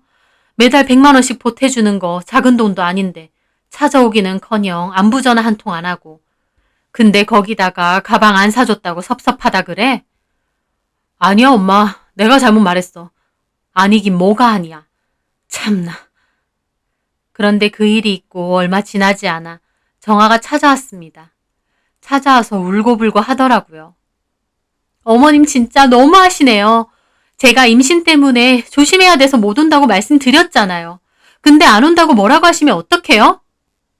예, 내가 안 온다고 뭐라고 했어? 네가 둘째한테 가방 사준 걸로 먼저 홍석이한테 입을 댔잖아. 며느리라고 둘 있는데 하나만 주면 제가 안 섭섭해요? 내가 너네 집에 매달 100만 원 주는 건 잊었니? 그거랑 이거랑 별개죠. 솔직히 저한테 가방 사주실 여유 있으시잖아요. 저는 어이가 없었습니다. 저한테 뭐 맡겨놨나요? 며느리랍시고 저한테 밥 한 번 산 적 없이 잘도 받아가면서 가방 안 사줬다고 저런다니요. 여유가 있든 없든 내 맘 아니니? 어머님, 둘째 며느리만 좋아하시는 거 저도 잘 알아요. 이제 임신까지 했으니 더 좋으시겠죠. 나중에 아기 태어나도 차별하실 거죠? 저도 잘 알겠습니다. 그렇게 지 말만 하고 일어나더라고요. 저는 솔직히 둘째는 우리한테 얼마나 잘하는지 아냐고 따지고 싶었는데 너무 유치한 것 같아 그냥 말았습니다. 저도 한동안 정아 걔를 생각하면 너무 괘씸하더라고요. 돈도 더 이상 붙이기 싫고요. 그런데 둘째 아들한테 그 얘기를 듣게 되었습니다. 정아랑 선영이가 대판 싸웠다는 얘길요. 둘째 아들은 저희 남편 회사에서 같이 일해서 저희 집에 밥 먹으러 종종 오거든요. 근데 정아 얘기를 하면서 싸웠다고 말하더군요. 아니, 임산부 둘이서 싸웠단 말이야? 치고받고 싸운 건 아닌데 어쨌든 형네 당분간은 안 보려고요. 무슨 일인데? 아, 형수 진짜 좀 이상한 것 같아. 내가 결혼 전에도 느꼈지만. 왜? 아니, 형이 형제들끼리 밥이나 먹자고 하는 거예요. 그래서 우리 집에 모였단 말이에요. 근데 형수가 우리 집 와서는 선영이한테 이 집은 얼마냐, 어머님 아버님이 얼마나 해줬느냐 꼬치꼬치 묻는 거예요. 게다가 선영이한테 여태까지 임신 안 했으면서 왜 자기가 임신하니까 따라하냐는 거예요. 따라해? 임신을? 예. 자기가 임신한 거 보고 따라한 거 아니냐고. 나 참. 아니 결혼도 우리가 먼저 했고 형네 결혼 전부터 슬슬 임신 준비한다고 했던 거 아시죠? 근데 따라하긴 뭘 따라해. 그리고 임신이 따라한다고 되는 거예요? 어쨌든 형수가 엄청 무례하게 말하더라고요. 틱틱거리면서. 그래도 선영이는 그냥 좋게 좋게 말했거든요. 근데 나중에 보니까 둘이서 주방에서 심하게 싸우는 거예요. 선영이도 웬만하면 화 안 내는 거, 다시. 선영이도 웬만하면 화 안 내거든요. 아시잖아요. 근데 막 화를 내고 있길래 형이랑 나랑 가서 말리다가 형이랑 나까지 싸우게 된 거야. 뭐라고 하면서 싸우던데. 형수가 선영이 보고 너네 집 좀 산다고 유세 떠냐면서 착한 척 그만하라고 역겹다고 막 그러더라고요. 저는 기함했습니다. 그런 소리를 했다니요. 뭐? 그런 소리래? 예. 선영이도 형수더러 양심이 좀 있으라고 소리 지르고 내가 형수한테 좀 심한 거 아니냐니까 형까지 나한테 뭐라고 하는 거예요. 그래서 좀 큰 소리 났는데 형수가 갑자기 자기 배 아프다고 소리 지르고 난리더라고요. 얘 잘못되면 책임질 거냐고. 그래서 형이 나한테 욕하면서 형수 데리고 집으로 돌아갔고. 참나, 완전 개판이었다니깐요. 둘째 아들은 여전히 씩씩거렸습니다. 사람이 그동안 쌓아온 이미지라는 게 중요하다고 그런 일이 생기니 어쩔 수 없이 둘째 며느리 편을 들게 되더라고요. 그 착한 애가 화를 낼 정도면 분명 정아가 둘이 있을 때 속 뒤집는 소리를 했을 것 같았습니다. 그래서 선영이 퇴근 시간에 맞춰 전화를 했죠. 그날 일을 물어보니 선영이는 처음엔 그냥 별일 아니랬는데 나중엔 그러는 겁니다. 어머님, 근데요. 형님네 매달 100만 원씩 주는 거요. 그거 계속 주실 거예요? 왜? 하, 솔직히 어머님 기분 상하실까봐 말 안 하려고 했는데요. 그날 형님이 뭐라고 한 줄 아세요? 뭐라던데? 제가 주방에 있는데 오는 거예요.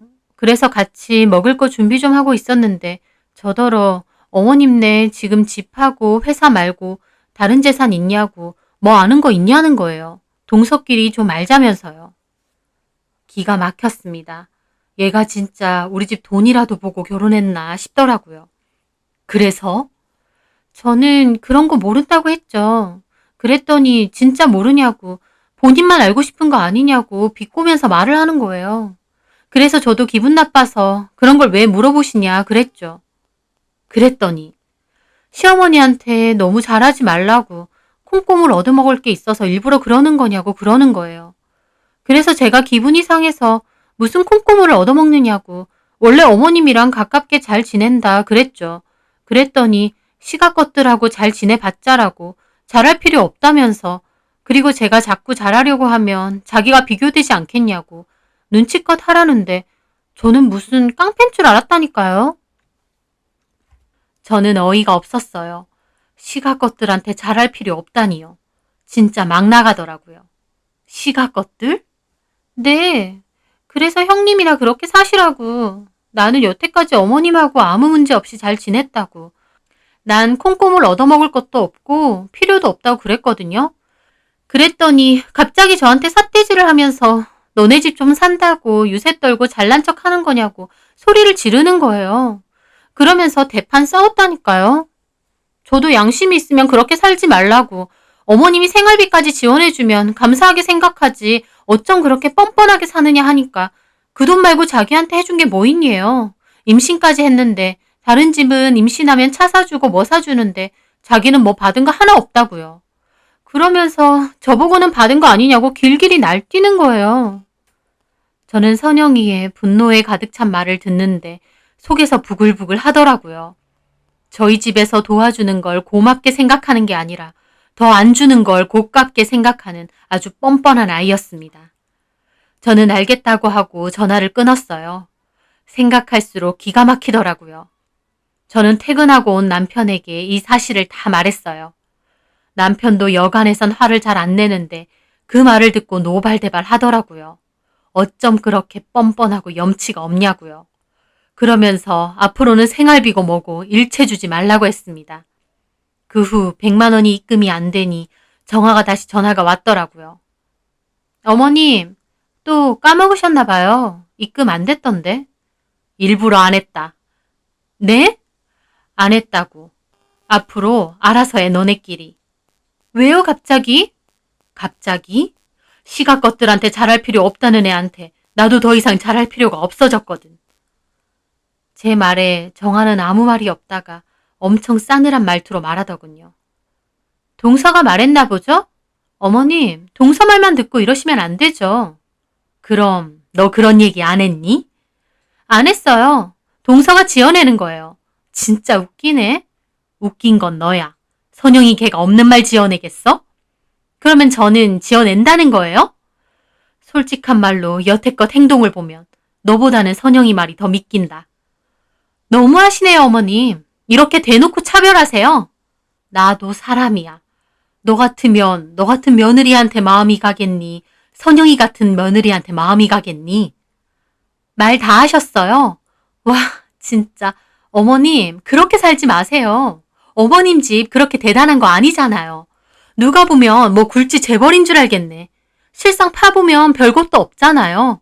손자 임신했다는데 돈 한 푼 안 주면서.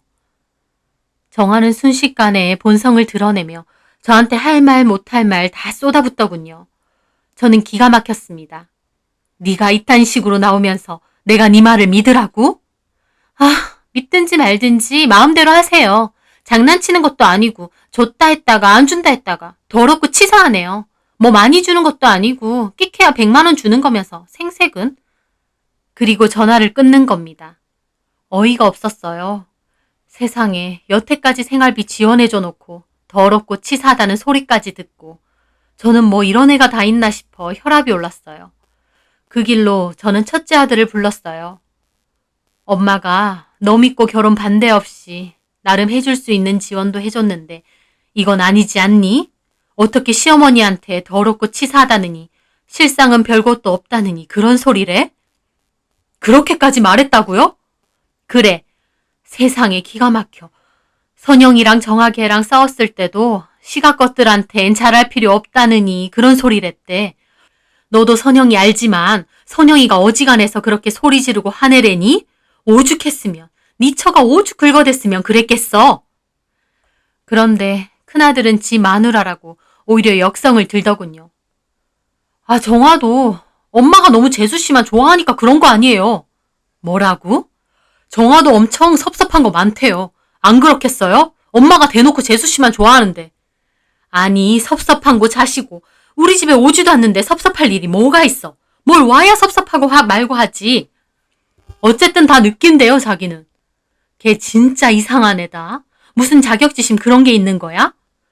이것 봐요. 엄마가 그렇게 생각하잖아요. 저는 기가 막히더라고요. 큰아들은 무조건 정아 역성만 들으면서 안쓰럽다고 안 됐다고 그러는 거예요. 도대체 뭐가 안쓰럽고 안 된 건지. 저는 더 이상 얘기하다간 제 혈압이 더 오를 것 같아 말했습니다. 됐다. 당분간 너도 정아도 우리 집 오지 마. 뭐 어차피 안 왔지만. 생활비도 안 보낼 거고 아기 낳아도 뭐 주는 거 없어. 앞으로 일체 아무것도 주는 거 없다. 엄마 왜 이래요 진짜. 뭘 왜 이래? 뭐 맡겨놨어? 그만 좀 해 너도. 너 이렇게 뻔뻔했니? 이만큼 키워놓고 장가까지 보냈으면 됐지. 엄마랑 아빠가 뭘 더 하란 말이야? 너 알아서 살아. 큰아들은 자기 옷 챙겨서 나가려고 하더라고요. 그러면서 한다는 소리가 저희 아기 낳아도 말 안 할 거예요. 그러고 나가는 거예요. 지 마누라랑 똑같이 변했네 싶어서 우라가 치밀더라고요. 저는 이 모든 사실을 남편에게 말했고 남편도 화내면서 첫째네가 사과할 때까지 보지 말자고 했습니다. 그리고 이미 첫째네와 둘째네는 그때 그 싸움 이후로 사이가 어그러져서 아예 안 보고 산다더라고요. 저희 집 참 평온하고 좋았는데 정아가 저희 집에 들어오고 완전 쑥대밭이 된 거예요. 저희 부부도 큰아들하고 척지고 형제끼리는 불화해 저는 골머리가 다 아팠습니다. 그 후 정말 서로 연락 없이 지냈어요. 그렇게 시간은 금방 흘러 둘째네는 아이를 낳았어요.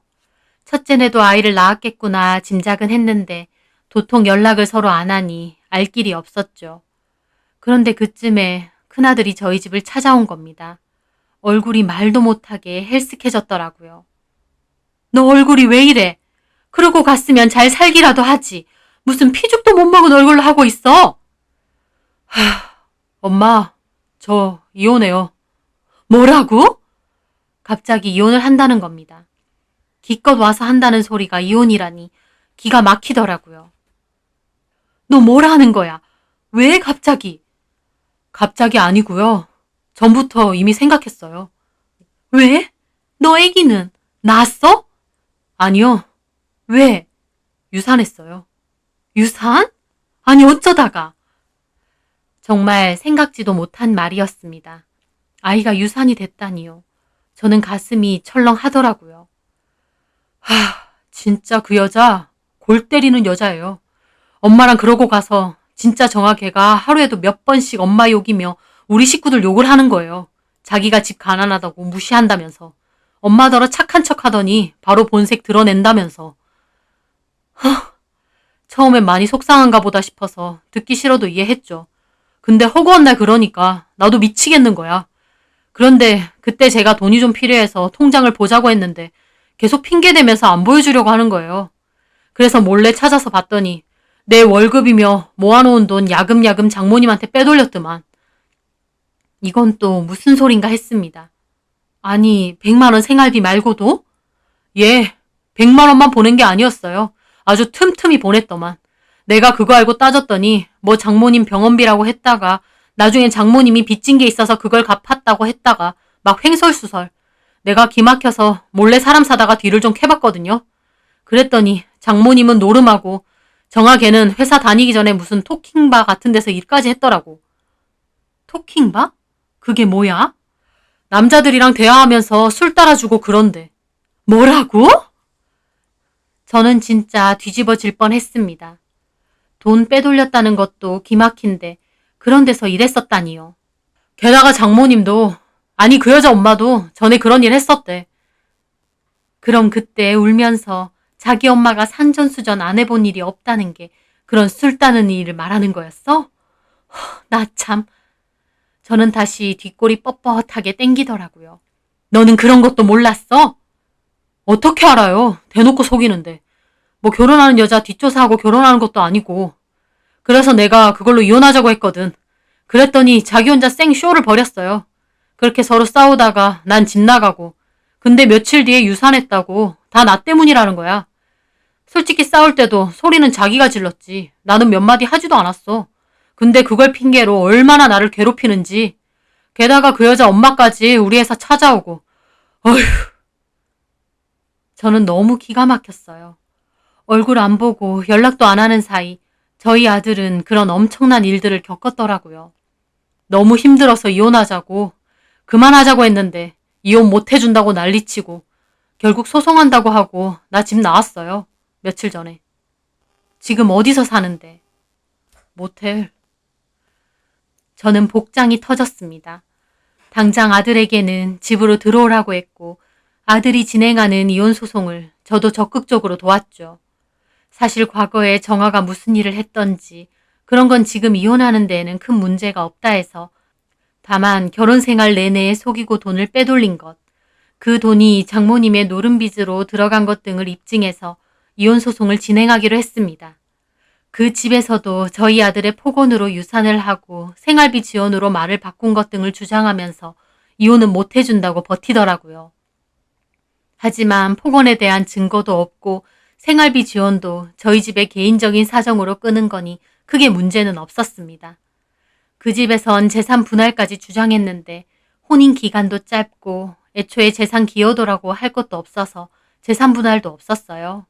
그래서 아들은 겨우 이혼 소송에서 이겨서 이혼을 하게 되었습니다. 하지만 이혼 소송이라는 게 참 길고 힘든 과정이더라고요. 그 와중에 정화는 아들에게 틈만 나면 전화해서 잘못했다고 다시 잘해보자고 울며 불며 설득을 하는데 이미 만정이 다 떨어진 아들은 싫다고 거절했습니다. 군소리 없이 돈 척척 벌어다주는 잡은 물고기 놓아주기 싫었나 보더라고요. 그렇게 이혼한 후 아들은 원래 살던 집을 전세로 주고 저희 집으로 들어와 함께 살고 있어요. 아들은 저한테 그러더군요. 미안해 엄마. 내가 그때 덮어놓고 그 여자 편만 들어서. 그래서 저는 말했습니다. 아니다. 결혼했으면 당연히 결혼한 가정이 먼저인 거고 너는 네 아내를 믿는 게 당연한 거야. 아내가 너 믿고 결혼한 건데 네가 당연히 든든한 울타리가 돼줘야 되는 게 맞고 네가 한 행동은 엄마는 당연하다고 생각해. 다만 정아 걔나 걔네 엄마가 애초에 너한테 접근한 이유가 불순한 게 문제였지. 이리저리 너 구워 삶아서 우리 집 돈 뜯어내려고 한 모양인데 솔직히 마음 먹고 접근하면 어떻게 당해내겠어. 네가 뒤늦게라도 눈치채고 이렇게 정리했으니 다 된 거다. 살다 보면 별의별 일 다 있어. 이혼이 간단한 일도 아니지만 그렇다고 뭐 엄청 큰 일도 아니야. 이렇게 털어내고 다시 살면 돼. 제 말에 아들은 고개를 끄덕이며 한참이나 생각에 빠져 있더라고요. 사랑하고 믿었던 여자이니만큼 아들도 한동안 마음이 많이 복잡한 것 같았습니다. 그렇게 한동안 마음고생으로 살이 많이 빠졌는데 저희 집에서 다시 잘 지내며 마음을 추스르니 다시 예전의 씩씩하고 건강한 아들로 돌아오더라고요. 그렇게 시간이 지났는데 정아 그 애가 또 아들에게 전화가 와서 자기가 잘못했다고 한 번만 만나자고 그러더랍니다. 나중에 주변에서 들은 말로는 정아가 다른 남자도 만나보려고 했다는데 잘 안 돼서 아들한테 또 매달리는 거라고 하더라고요. 아들은 지긋지긋하다면서 번호도 차단해버렸습니다. 이제는 다 끝난 인연이지만 그 애도 제발 알았으면 좋겠습니다. 자기 집이 가난해서 자격지심이 많고 다른 사람의 호의까지도 다 고깝게 여겼던 것 같은데 진짜 가난한 건 본인 집이 아니라 본인 마음이라는 것을요. 자기한테 진심으로 잘해주고 좋아해줄 수 있는 사람을 구별도 못하고 그저 자기 연민에 빠져 살면서 남 등쳐먹을 생각만 하면 앞으로도 계속 그렇게만 살 수밖에 없다고요. 불행이나 시련은 누구에게나 닥칠 수 있다고 생각해요. 하지만 그럴 때 극복하고 일어날 수 있는 의지가 있다면 누구보다 단단한 사람이 되겠죠. 저는 아들에게도 이 또한 다 경험이고 이런 힘든 일을 겪음으로써 또 알아가는 게 있다고 말하고 싶습니다. 제 사연 들어주셔서 감사합니다.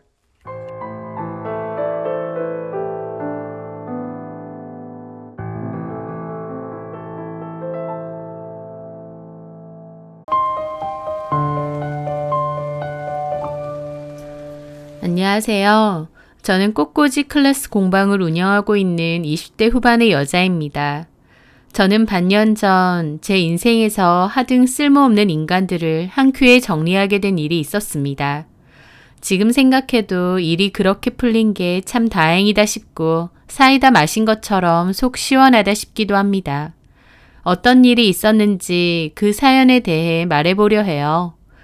저는 아는 지인의 소개로 한 남자를 만났어요. 대기업에 입사한 지 2년 정도 되었다고 했고 키도 크고 인물이 좋다고 하더군요. 그렇게 소개팅을 했는데 서로 마음이 잘 맞아서 잘 사귀게 되었습니다. 너무 잘 사귀긴 했지만 결혼까지는 좀 시기상조라는 생각이 있었어요. 일단 사귄 지 1년 정도밖에 안 됐기도 했기에 좀 더 시간을 두고 연애를 하고 싶었거든요. 그래서 구체적인 결혼 이야기까지는 안 했습니다. 하지만 막연하게 다음에 우리가 결혼을 하면 이라는 식의 얘기는 종종 했었죠. 자연스럽게 이렇게 만나오다가 결혼도 하겠거니 했으니까요. 저희 부모님도 제가 남친이 있다는 사실을 잘 알고 계셨고 남친 말로는 본인 어머니에게도 제 얘기를 했다고 했습니다. 나에 대해서 어떤 얘기를 했느냐 물어보니 그냥 하는 일이 뭐고 몇 살이고 성격도 좋고 그런 얘기를 했대요. 그랬더니 남친 어머님이 제가 궁금하다고 한번 보고 싶다고 하셨다는데 남친이 아직 결혼 이야기가 구체적으로 오가는 사이도 아닌데 부담스러워할 것 같다고 다음에 결혼 이야기 정식으로 오가면 그때 소개해드리겠다 그랬대요. 저는 사실 남친 어머님을 미리 봐도 상관은 없는데 남친이 그렇게 말했다기에 그냥 알겠다고 했죠. 그러던 어느 날이었습니다. 남친과 영화를 보고 나오는데 어머님으로부터 전화가 왔어요. 근데 남친은 다음에 갈게요. 다음에 제가 전해주면 안 돼요? 하면서 곤란한 얼굴로 통화를 이어가는 겁니다. 옆에서 대강 들어보니 어머님이 저한테 주실 선물이 있으니 잠깐 집에 들러서 가지고 가라 그렇게 말하시는 듯 했죠. 저는 통화 중인 남친에게 입모양으로 가도 된다고 했습니다. 남친도 조금 곤란한 표정을 짓더니 알겠다고 지금 간다고 하더라고요. 어머님이 잠깐 오라고 하셔? 그럼 가면 되지. 그게 어려운 일인가? 여기서 그렇게 안 멀잖아. 그래, 그럼 가자. 나 오빠 집 처음 가보네. 좀 떨린다. 그렇게 남친 차를 타고 남친네 집으로 가게 되었습니다. 동네 정도야 전에 들어서 알고 있었는데 집을 가보는 건 처음이었죠. 남친 차는 한눈에 봐도 비싼 고급 아파트로 들어가더군요. 이야, 오빠 좋은 아파트 산다. 그 말에 남친도 그냥 어색하게 웃더라고요. 엘리베이터를 타고 올라가는 동안에 저는 아무리 잠깐 들르는 거지만 빈손으로 온 게 걱정이 되더라고요. 빈손인데 괜찮겠지? 뭐라도 사올 걸 그랬나? 됐어, 뭘. 그렇게 집으로 도착했는데 어머님이 현관문을 도어키퍼로 아예 활짝 열어놓으셨더라고요. 그래서 저희는 바로 안으로 들어갔죠. 엄마, 우리 왔어요. 남친이 현관에서 부르자 어머님이 후다닥 달려오셨습니다. 왔어! 그리고 저를 보시더라고요.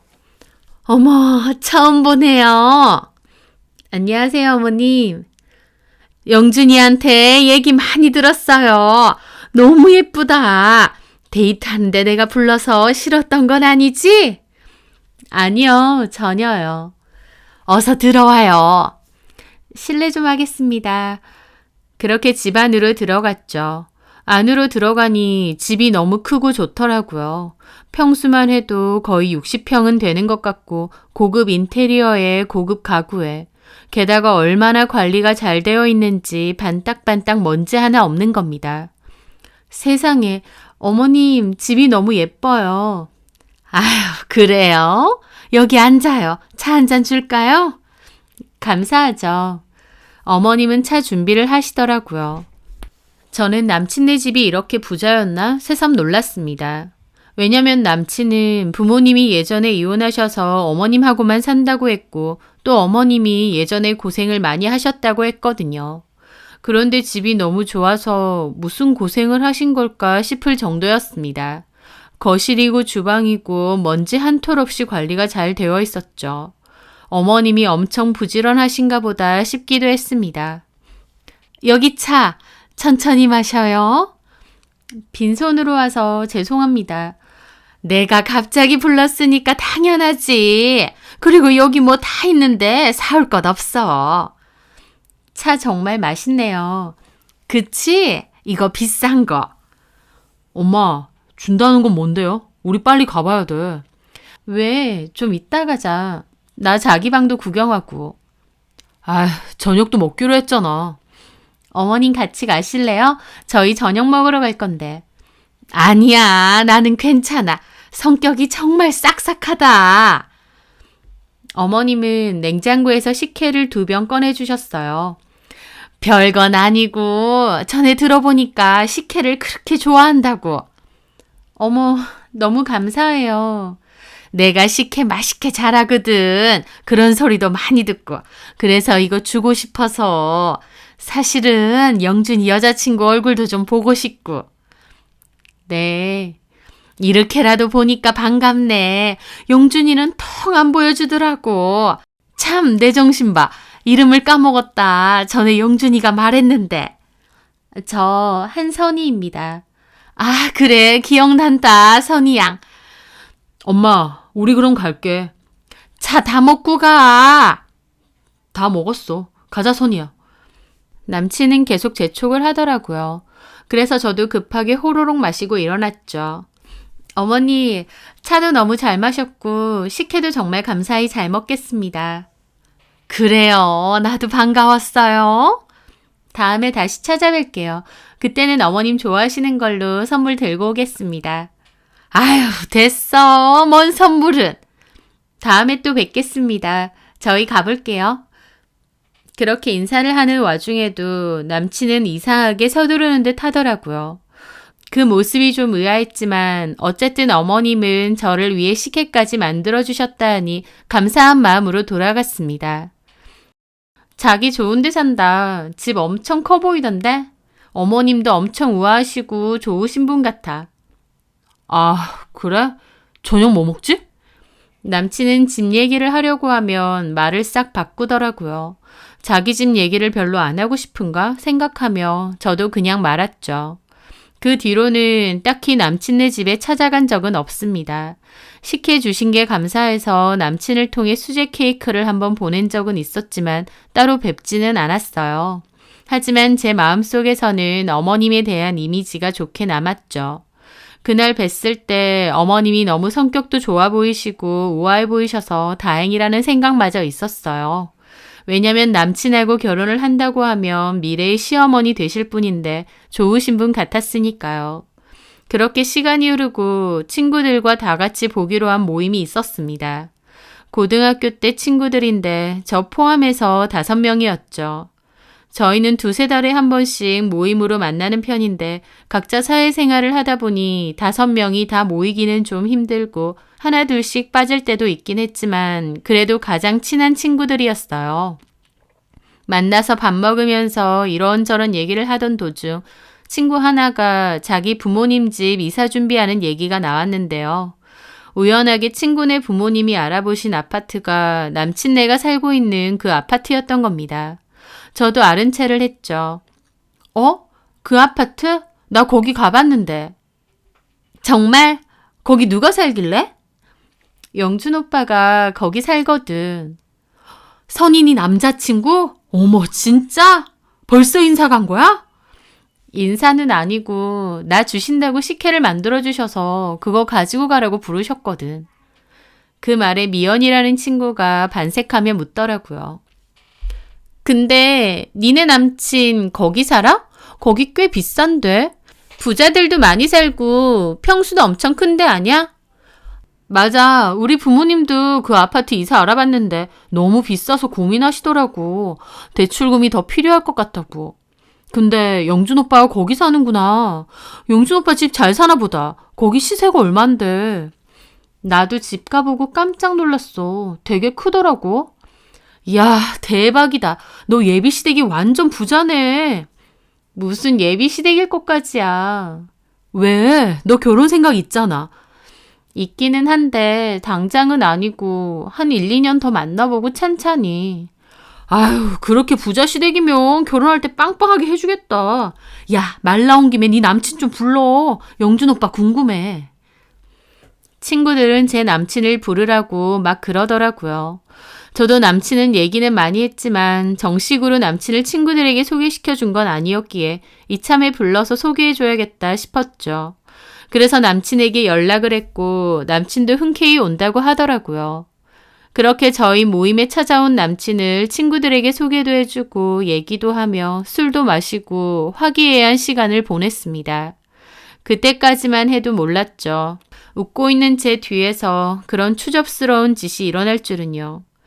그 일이 있고 얼마 뒤 친구 무리 중 미연이와 연락이 잘 안 되었습니다. 처음에는 그냥 바쁘려니 했어요. 저도 제 할 일 때문에 바쁘다 보니 신경 못 썼고 나중에 연락하겠지 싶었거든요. 그런데 2달 가까이 연락도 안 오고 제가 보낸 카톡도 씹고 전화를 해도 콜백이 안 오더라고요. 그제서야 무슨 일이 있나 확 걱정이 되더라고요. 근데 전화가 안 되니 물어볼 수가 없었죠.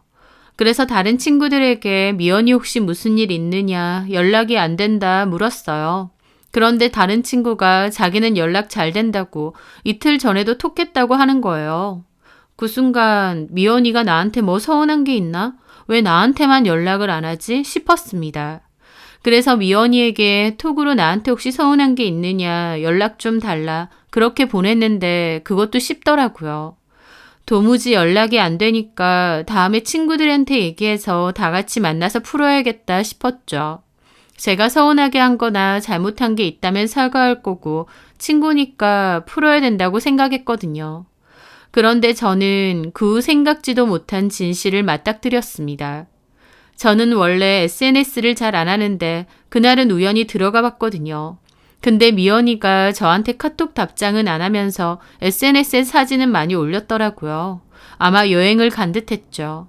그런데 여행 사진을 보니 누군가랑 같이 간 것 같았어요. 저희한테 남자친구가 없다고 했는데 그새 생겼나 생각하며 사진을 보던 저는 멈칫할 수밖에 없었습니다. 왜냐면 카페 같은 데서 미연이가 앉아서 찍은 사진이었는데 테이블에 지갑이랑 차키가 보였거든요. 근데 그 지갑과 차키가 제 남친 거랑 똑같은 겁니다. 아니, 제 남친 거였어요. 왜냐면 차키에 달린 키홀더가 제가 선물한 키홀더였거든요. 제가 만든 겁니다. 그러니 제가 못 알아볼 수가 없죠. 저는 너무 놀라서 그 사진을 다시 봤습니다. 상대편 남자는 안 보이고 손 정도만 보였는데 손도 제 남친 손이랑 거의 비슷해 보이더군요. 그 순간 머리가 멍해지는 겁니다. 아, 내 남친이랑 미연이가 바람이 났구나. 도대체 언제부터 어떻게 둘이 이렇게 된 걸까? 충격이었습니다. 저는 그 길로 남친을 불러내서 사진을 보여주며 따졌습니다.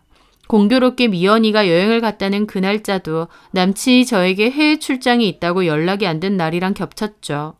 이건 100% 아니 200% 확실했습니다. 제가 따져 물으니 남친은 처음엔 아니라고 펄쩍 뛰었어요. 그래서 저는 결백하면 폰 내놓으라고 했습니다. 남친이 쭈뼛거리길래 폰 뺏어서 검색했어요.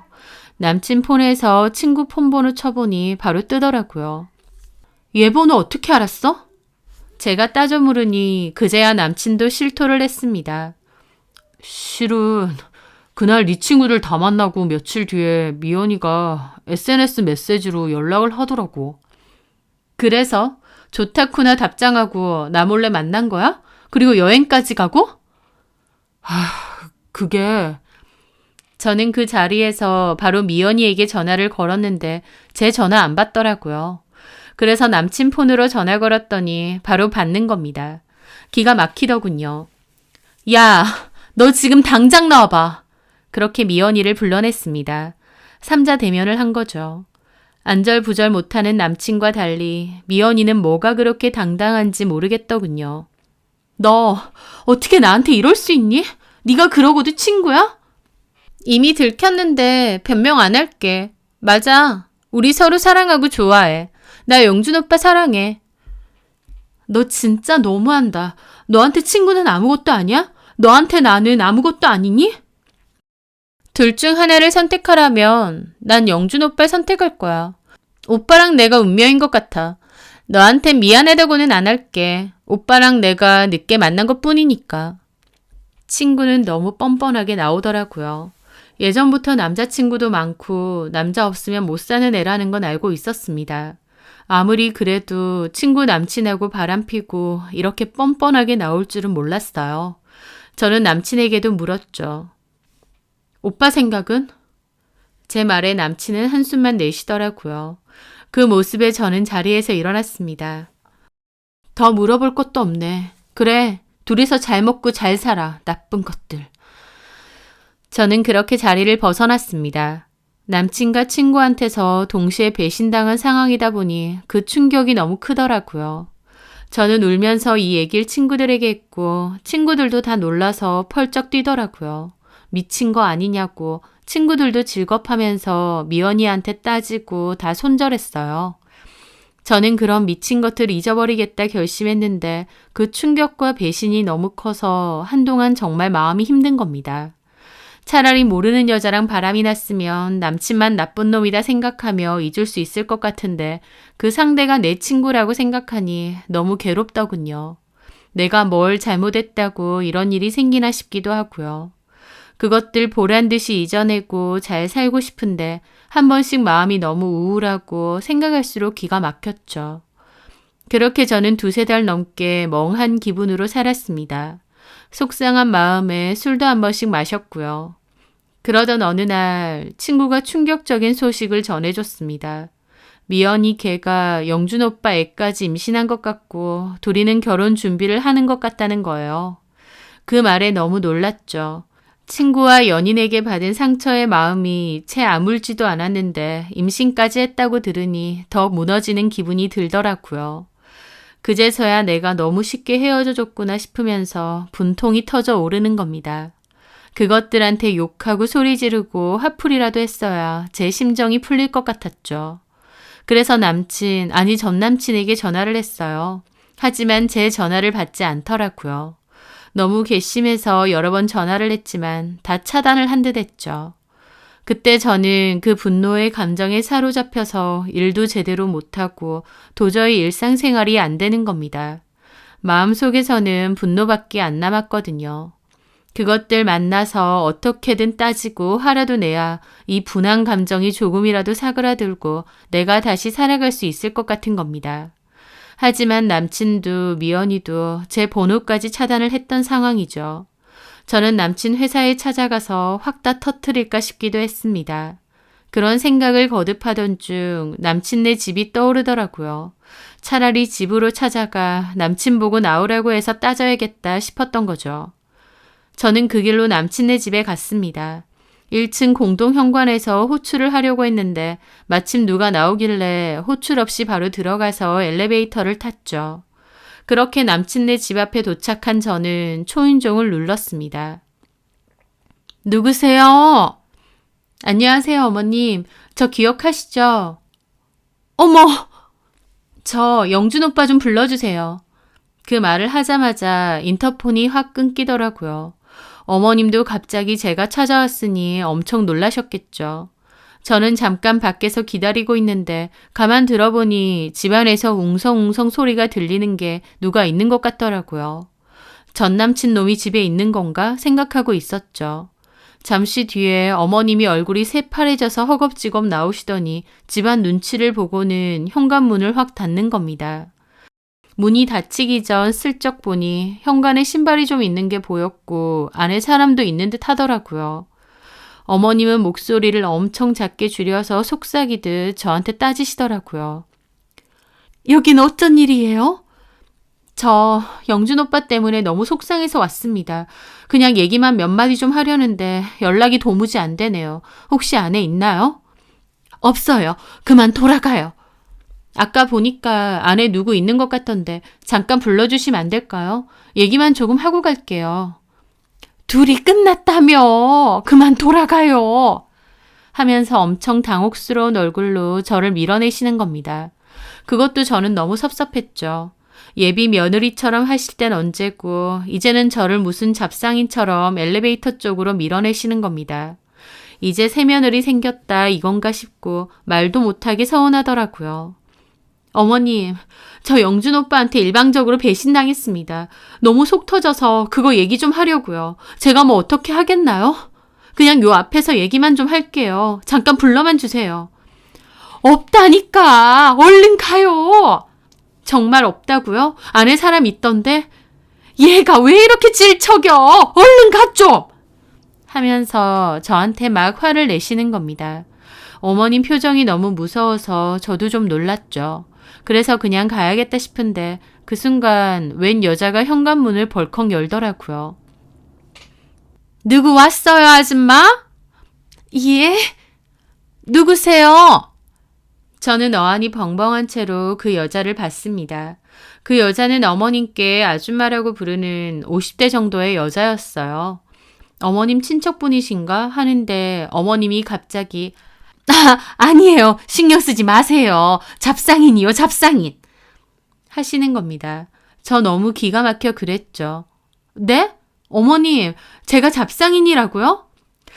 안 산다고요.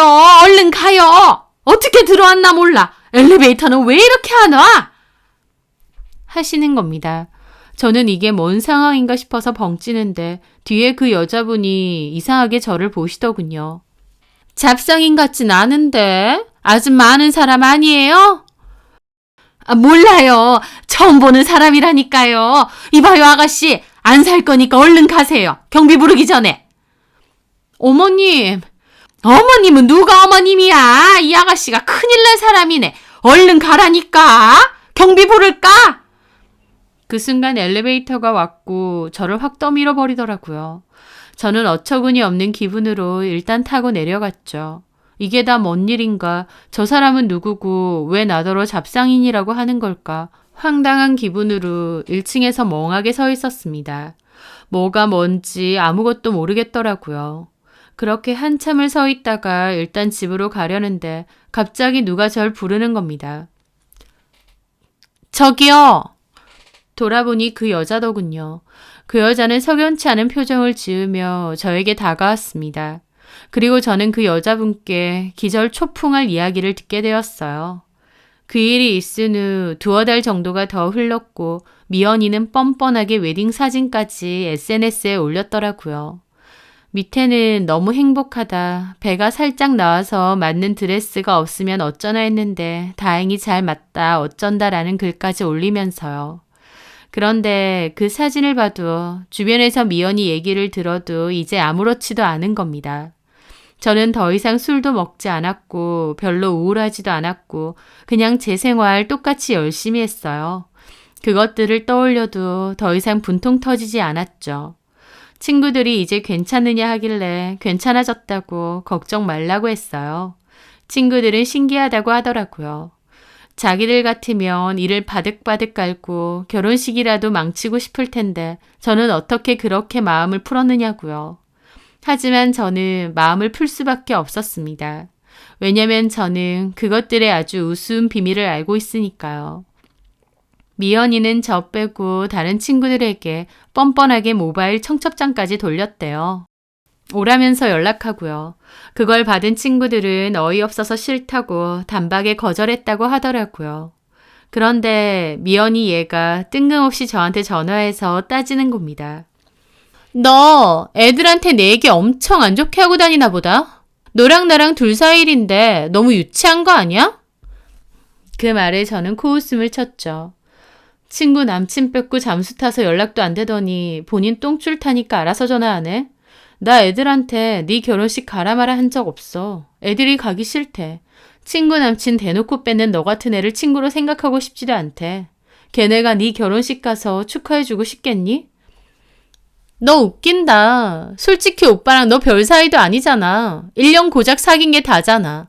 내가 막말로 네 남편을 뺏은 것도 아니고 조금 사귀다만 남친 아니야. 근데 이렇게까지 유치하게 나와?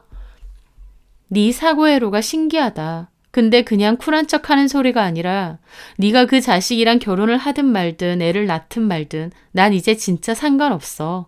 근데 왜 너 혼자 똥줄 타서 애들한테 연락하고 질척이고 나한테까지 따져? 결혼식에 부를 친구 없는 게 그렇게 쪽팔려?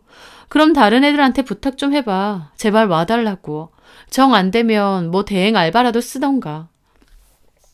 제 말에 미연이는 몹시 발끈하더라고요. 대행 알바? 너 말 다 했니? 나보고 그런 사기나 치라고? 그 말에 저도 모르게 웃음이 확 터졌죠. 너 왜 웃어? 웃기잖아. 사기꾼 집으로 시집가면서 사기 좀 치면 뭐 어때서? 제 말에 미연이는 잠시 말이 없더군요. 뭐? 사기꾼? 너 말 다 했니? 환승연애 좀 하면 다 사기꾼이야? 너 오빠한테 버림받은 충격이 너무 큰가 보다. 어따 대고 사기꾼이래. 나 그 얘기한 거 아닌데. 너 진짜 아무것도 모르는구나. 뭔 소리 하는 거야? 너 김영준 엄마 봤어? 이제 네 시어머니 될 사람 말이야. 혹시 너한테도 집에 오라고 한 적 있니? 어머님 얘기를 왜 해 갑자기? 그 집 간 적 있지? 있겠지 아마? 그래, 집에 잠깐 오라고 하셔서 갔었다. 이제 며느리 될 사람이니까. 근데? 그 아파트로 간 거 맞지? 나도 갔었던 그 비싼 아파트. 당연히 거기로 갔지. 거기가 영준 씨 집이니까. 저는 못 참고 폭소를 터뜨렸습니다.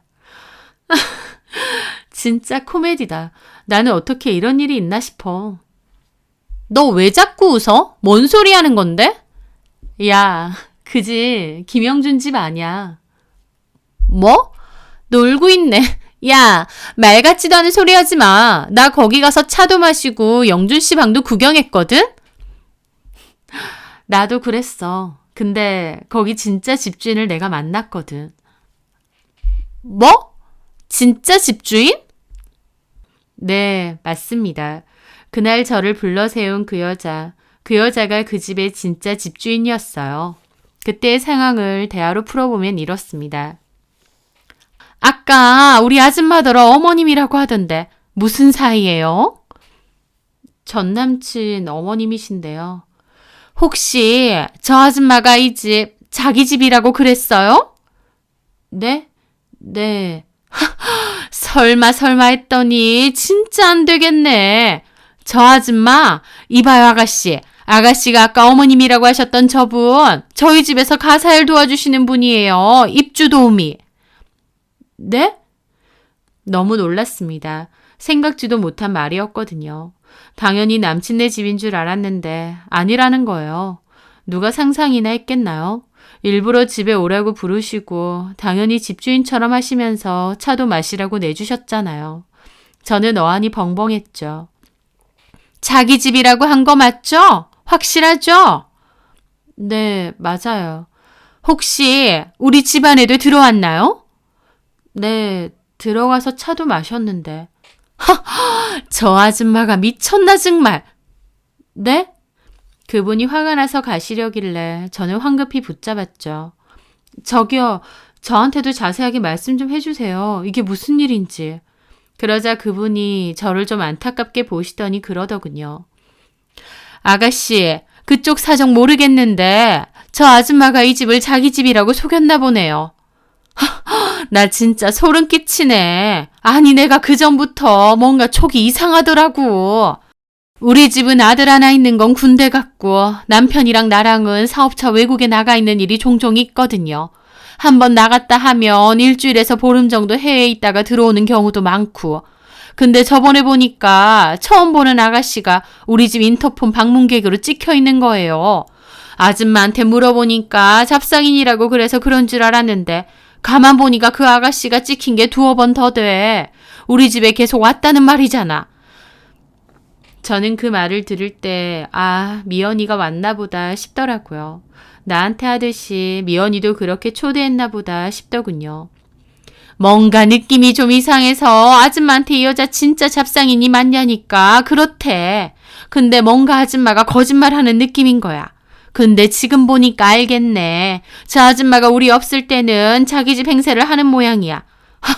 나 참 진짜 소름 끼치는 아줌마네.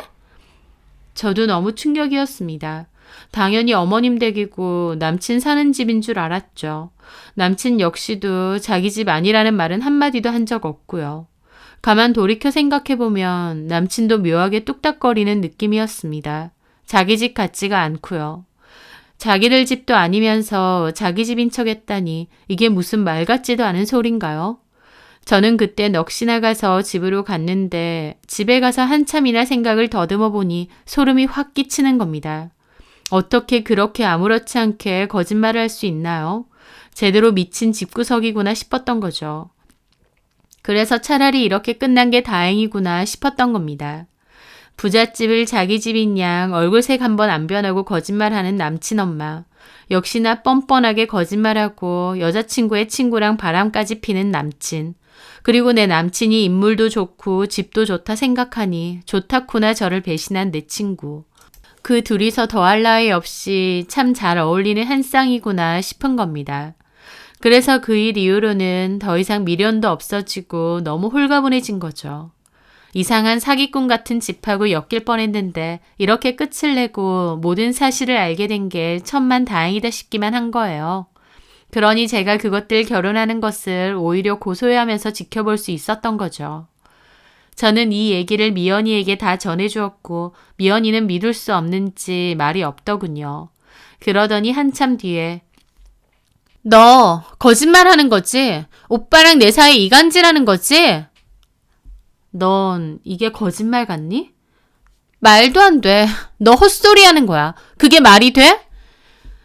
그렇게 믿고 싶으면 그렇게 믿고 결혼해서 잘 살아. 애기 잘 키우면서. 근데 난 그 사람들 진짜 신기해. 어디까지 그리고 언제까지 속일 수 있다고 생각한 걸까?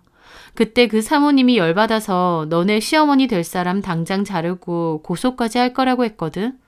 그게 한 달 전쯤 일이네. 너 어떡하냐? 이제 시댁 없어졌네? 아니면 어디 숨겨있던 진짜 네 시댁은 따로 있는 건가? 한번 네 남친한테 물어봐. 그건 어디 있는지. 결혼하고 나서 인사드리려면 그쪽으로 가야 될 거 아니야. 이제 그 좋은 집으로 가면 너랑 네 남편 신고당할 수도 있잖아. 게다가 김영준 엄마도 잘려서 그쪽으로 출근도 못할 거고. 제가 깐족거리자 친구가 아악하고 울부짖더니 아니면 어디 두고 보자면서 전화 끊더라고요. 두고 보긴 뭘 두고 보나요? 방귀 낀 놈이 성낸다고 이 정도로 한 것도 제가 참은 건데요. 그 뒤로 그 친구는 SNS에 결혼사진 다 내렸고 다른 친구에게 건너들으니 진짜 심하게 대판 싸우고 파혼했다고 합니다. 뱃속에 애도 꽤 컸다고 했는데 어떻게 했는지는 모른다고 하더라고요.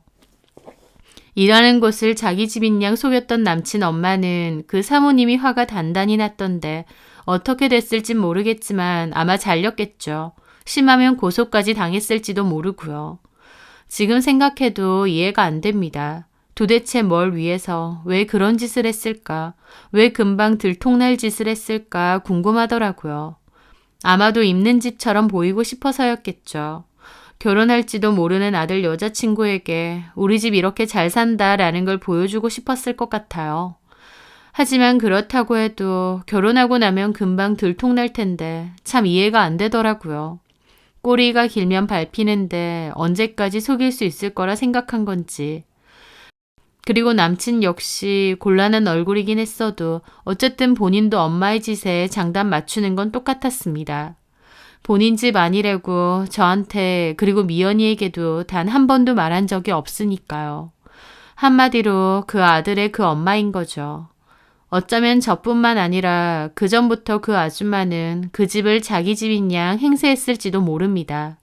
그렇지 않고서야 그렇게 태연하고 자연스럽게 자기 집인 양 할 수는 없잖아요.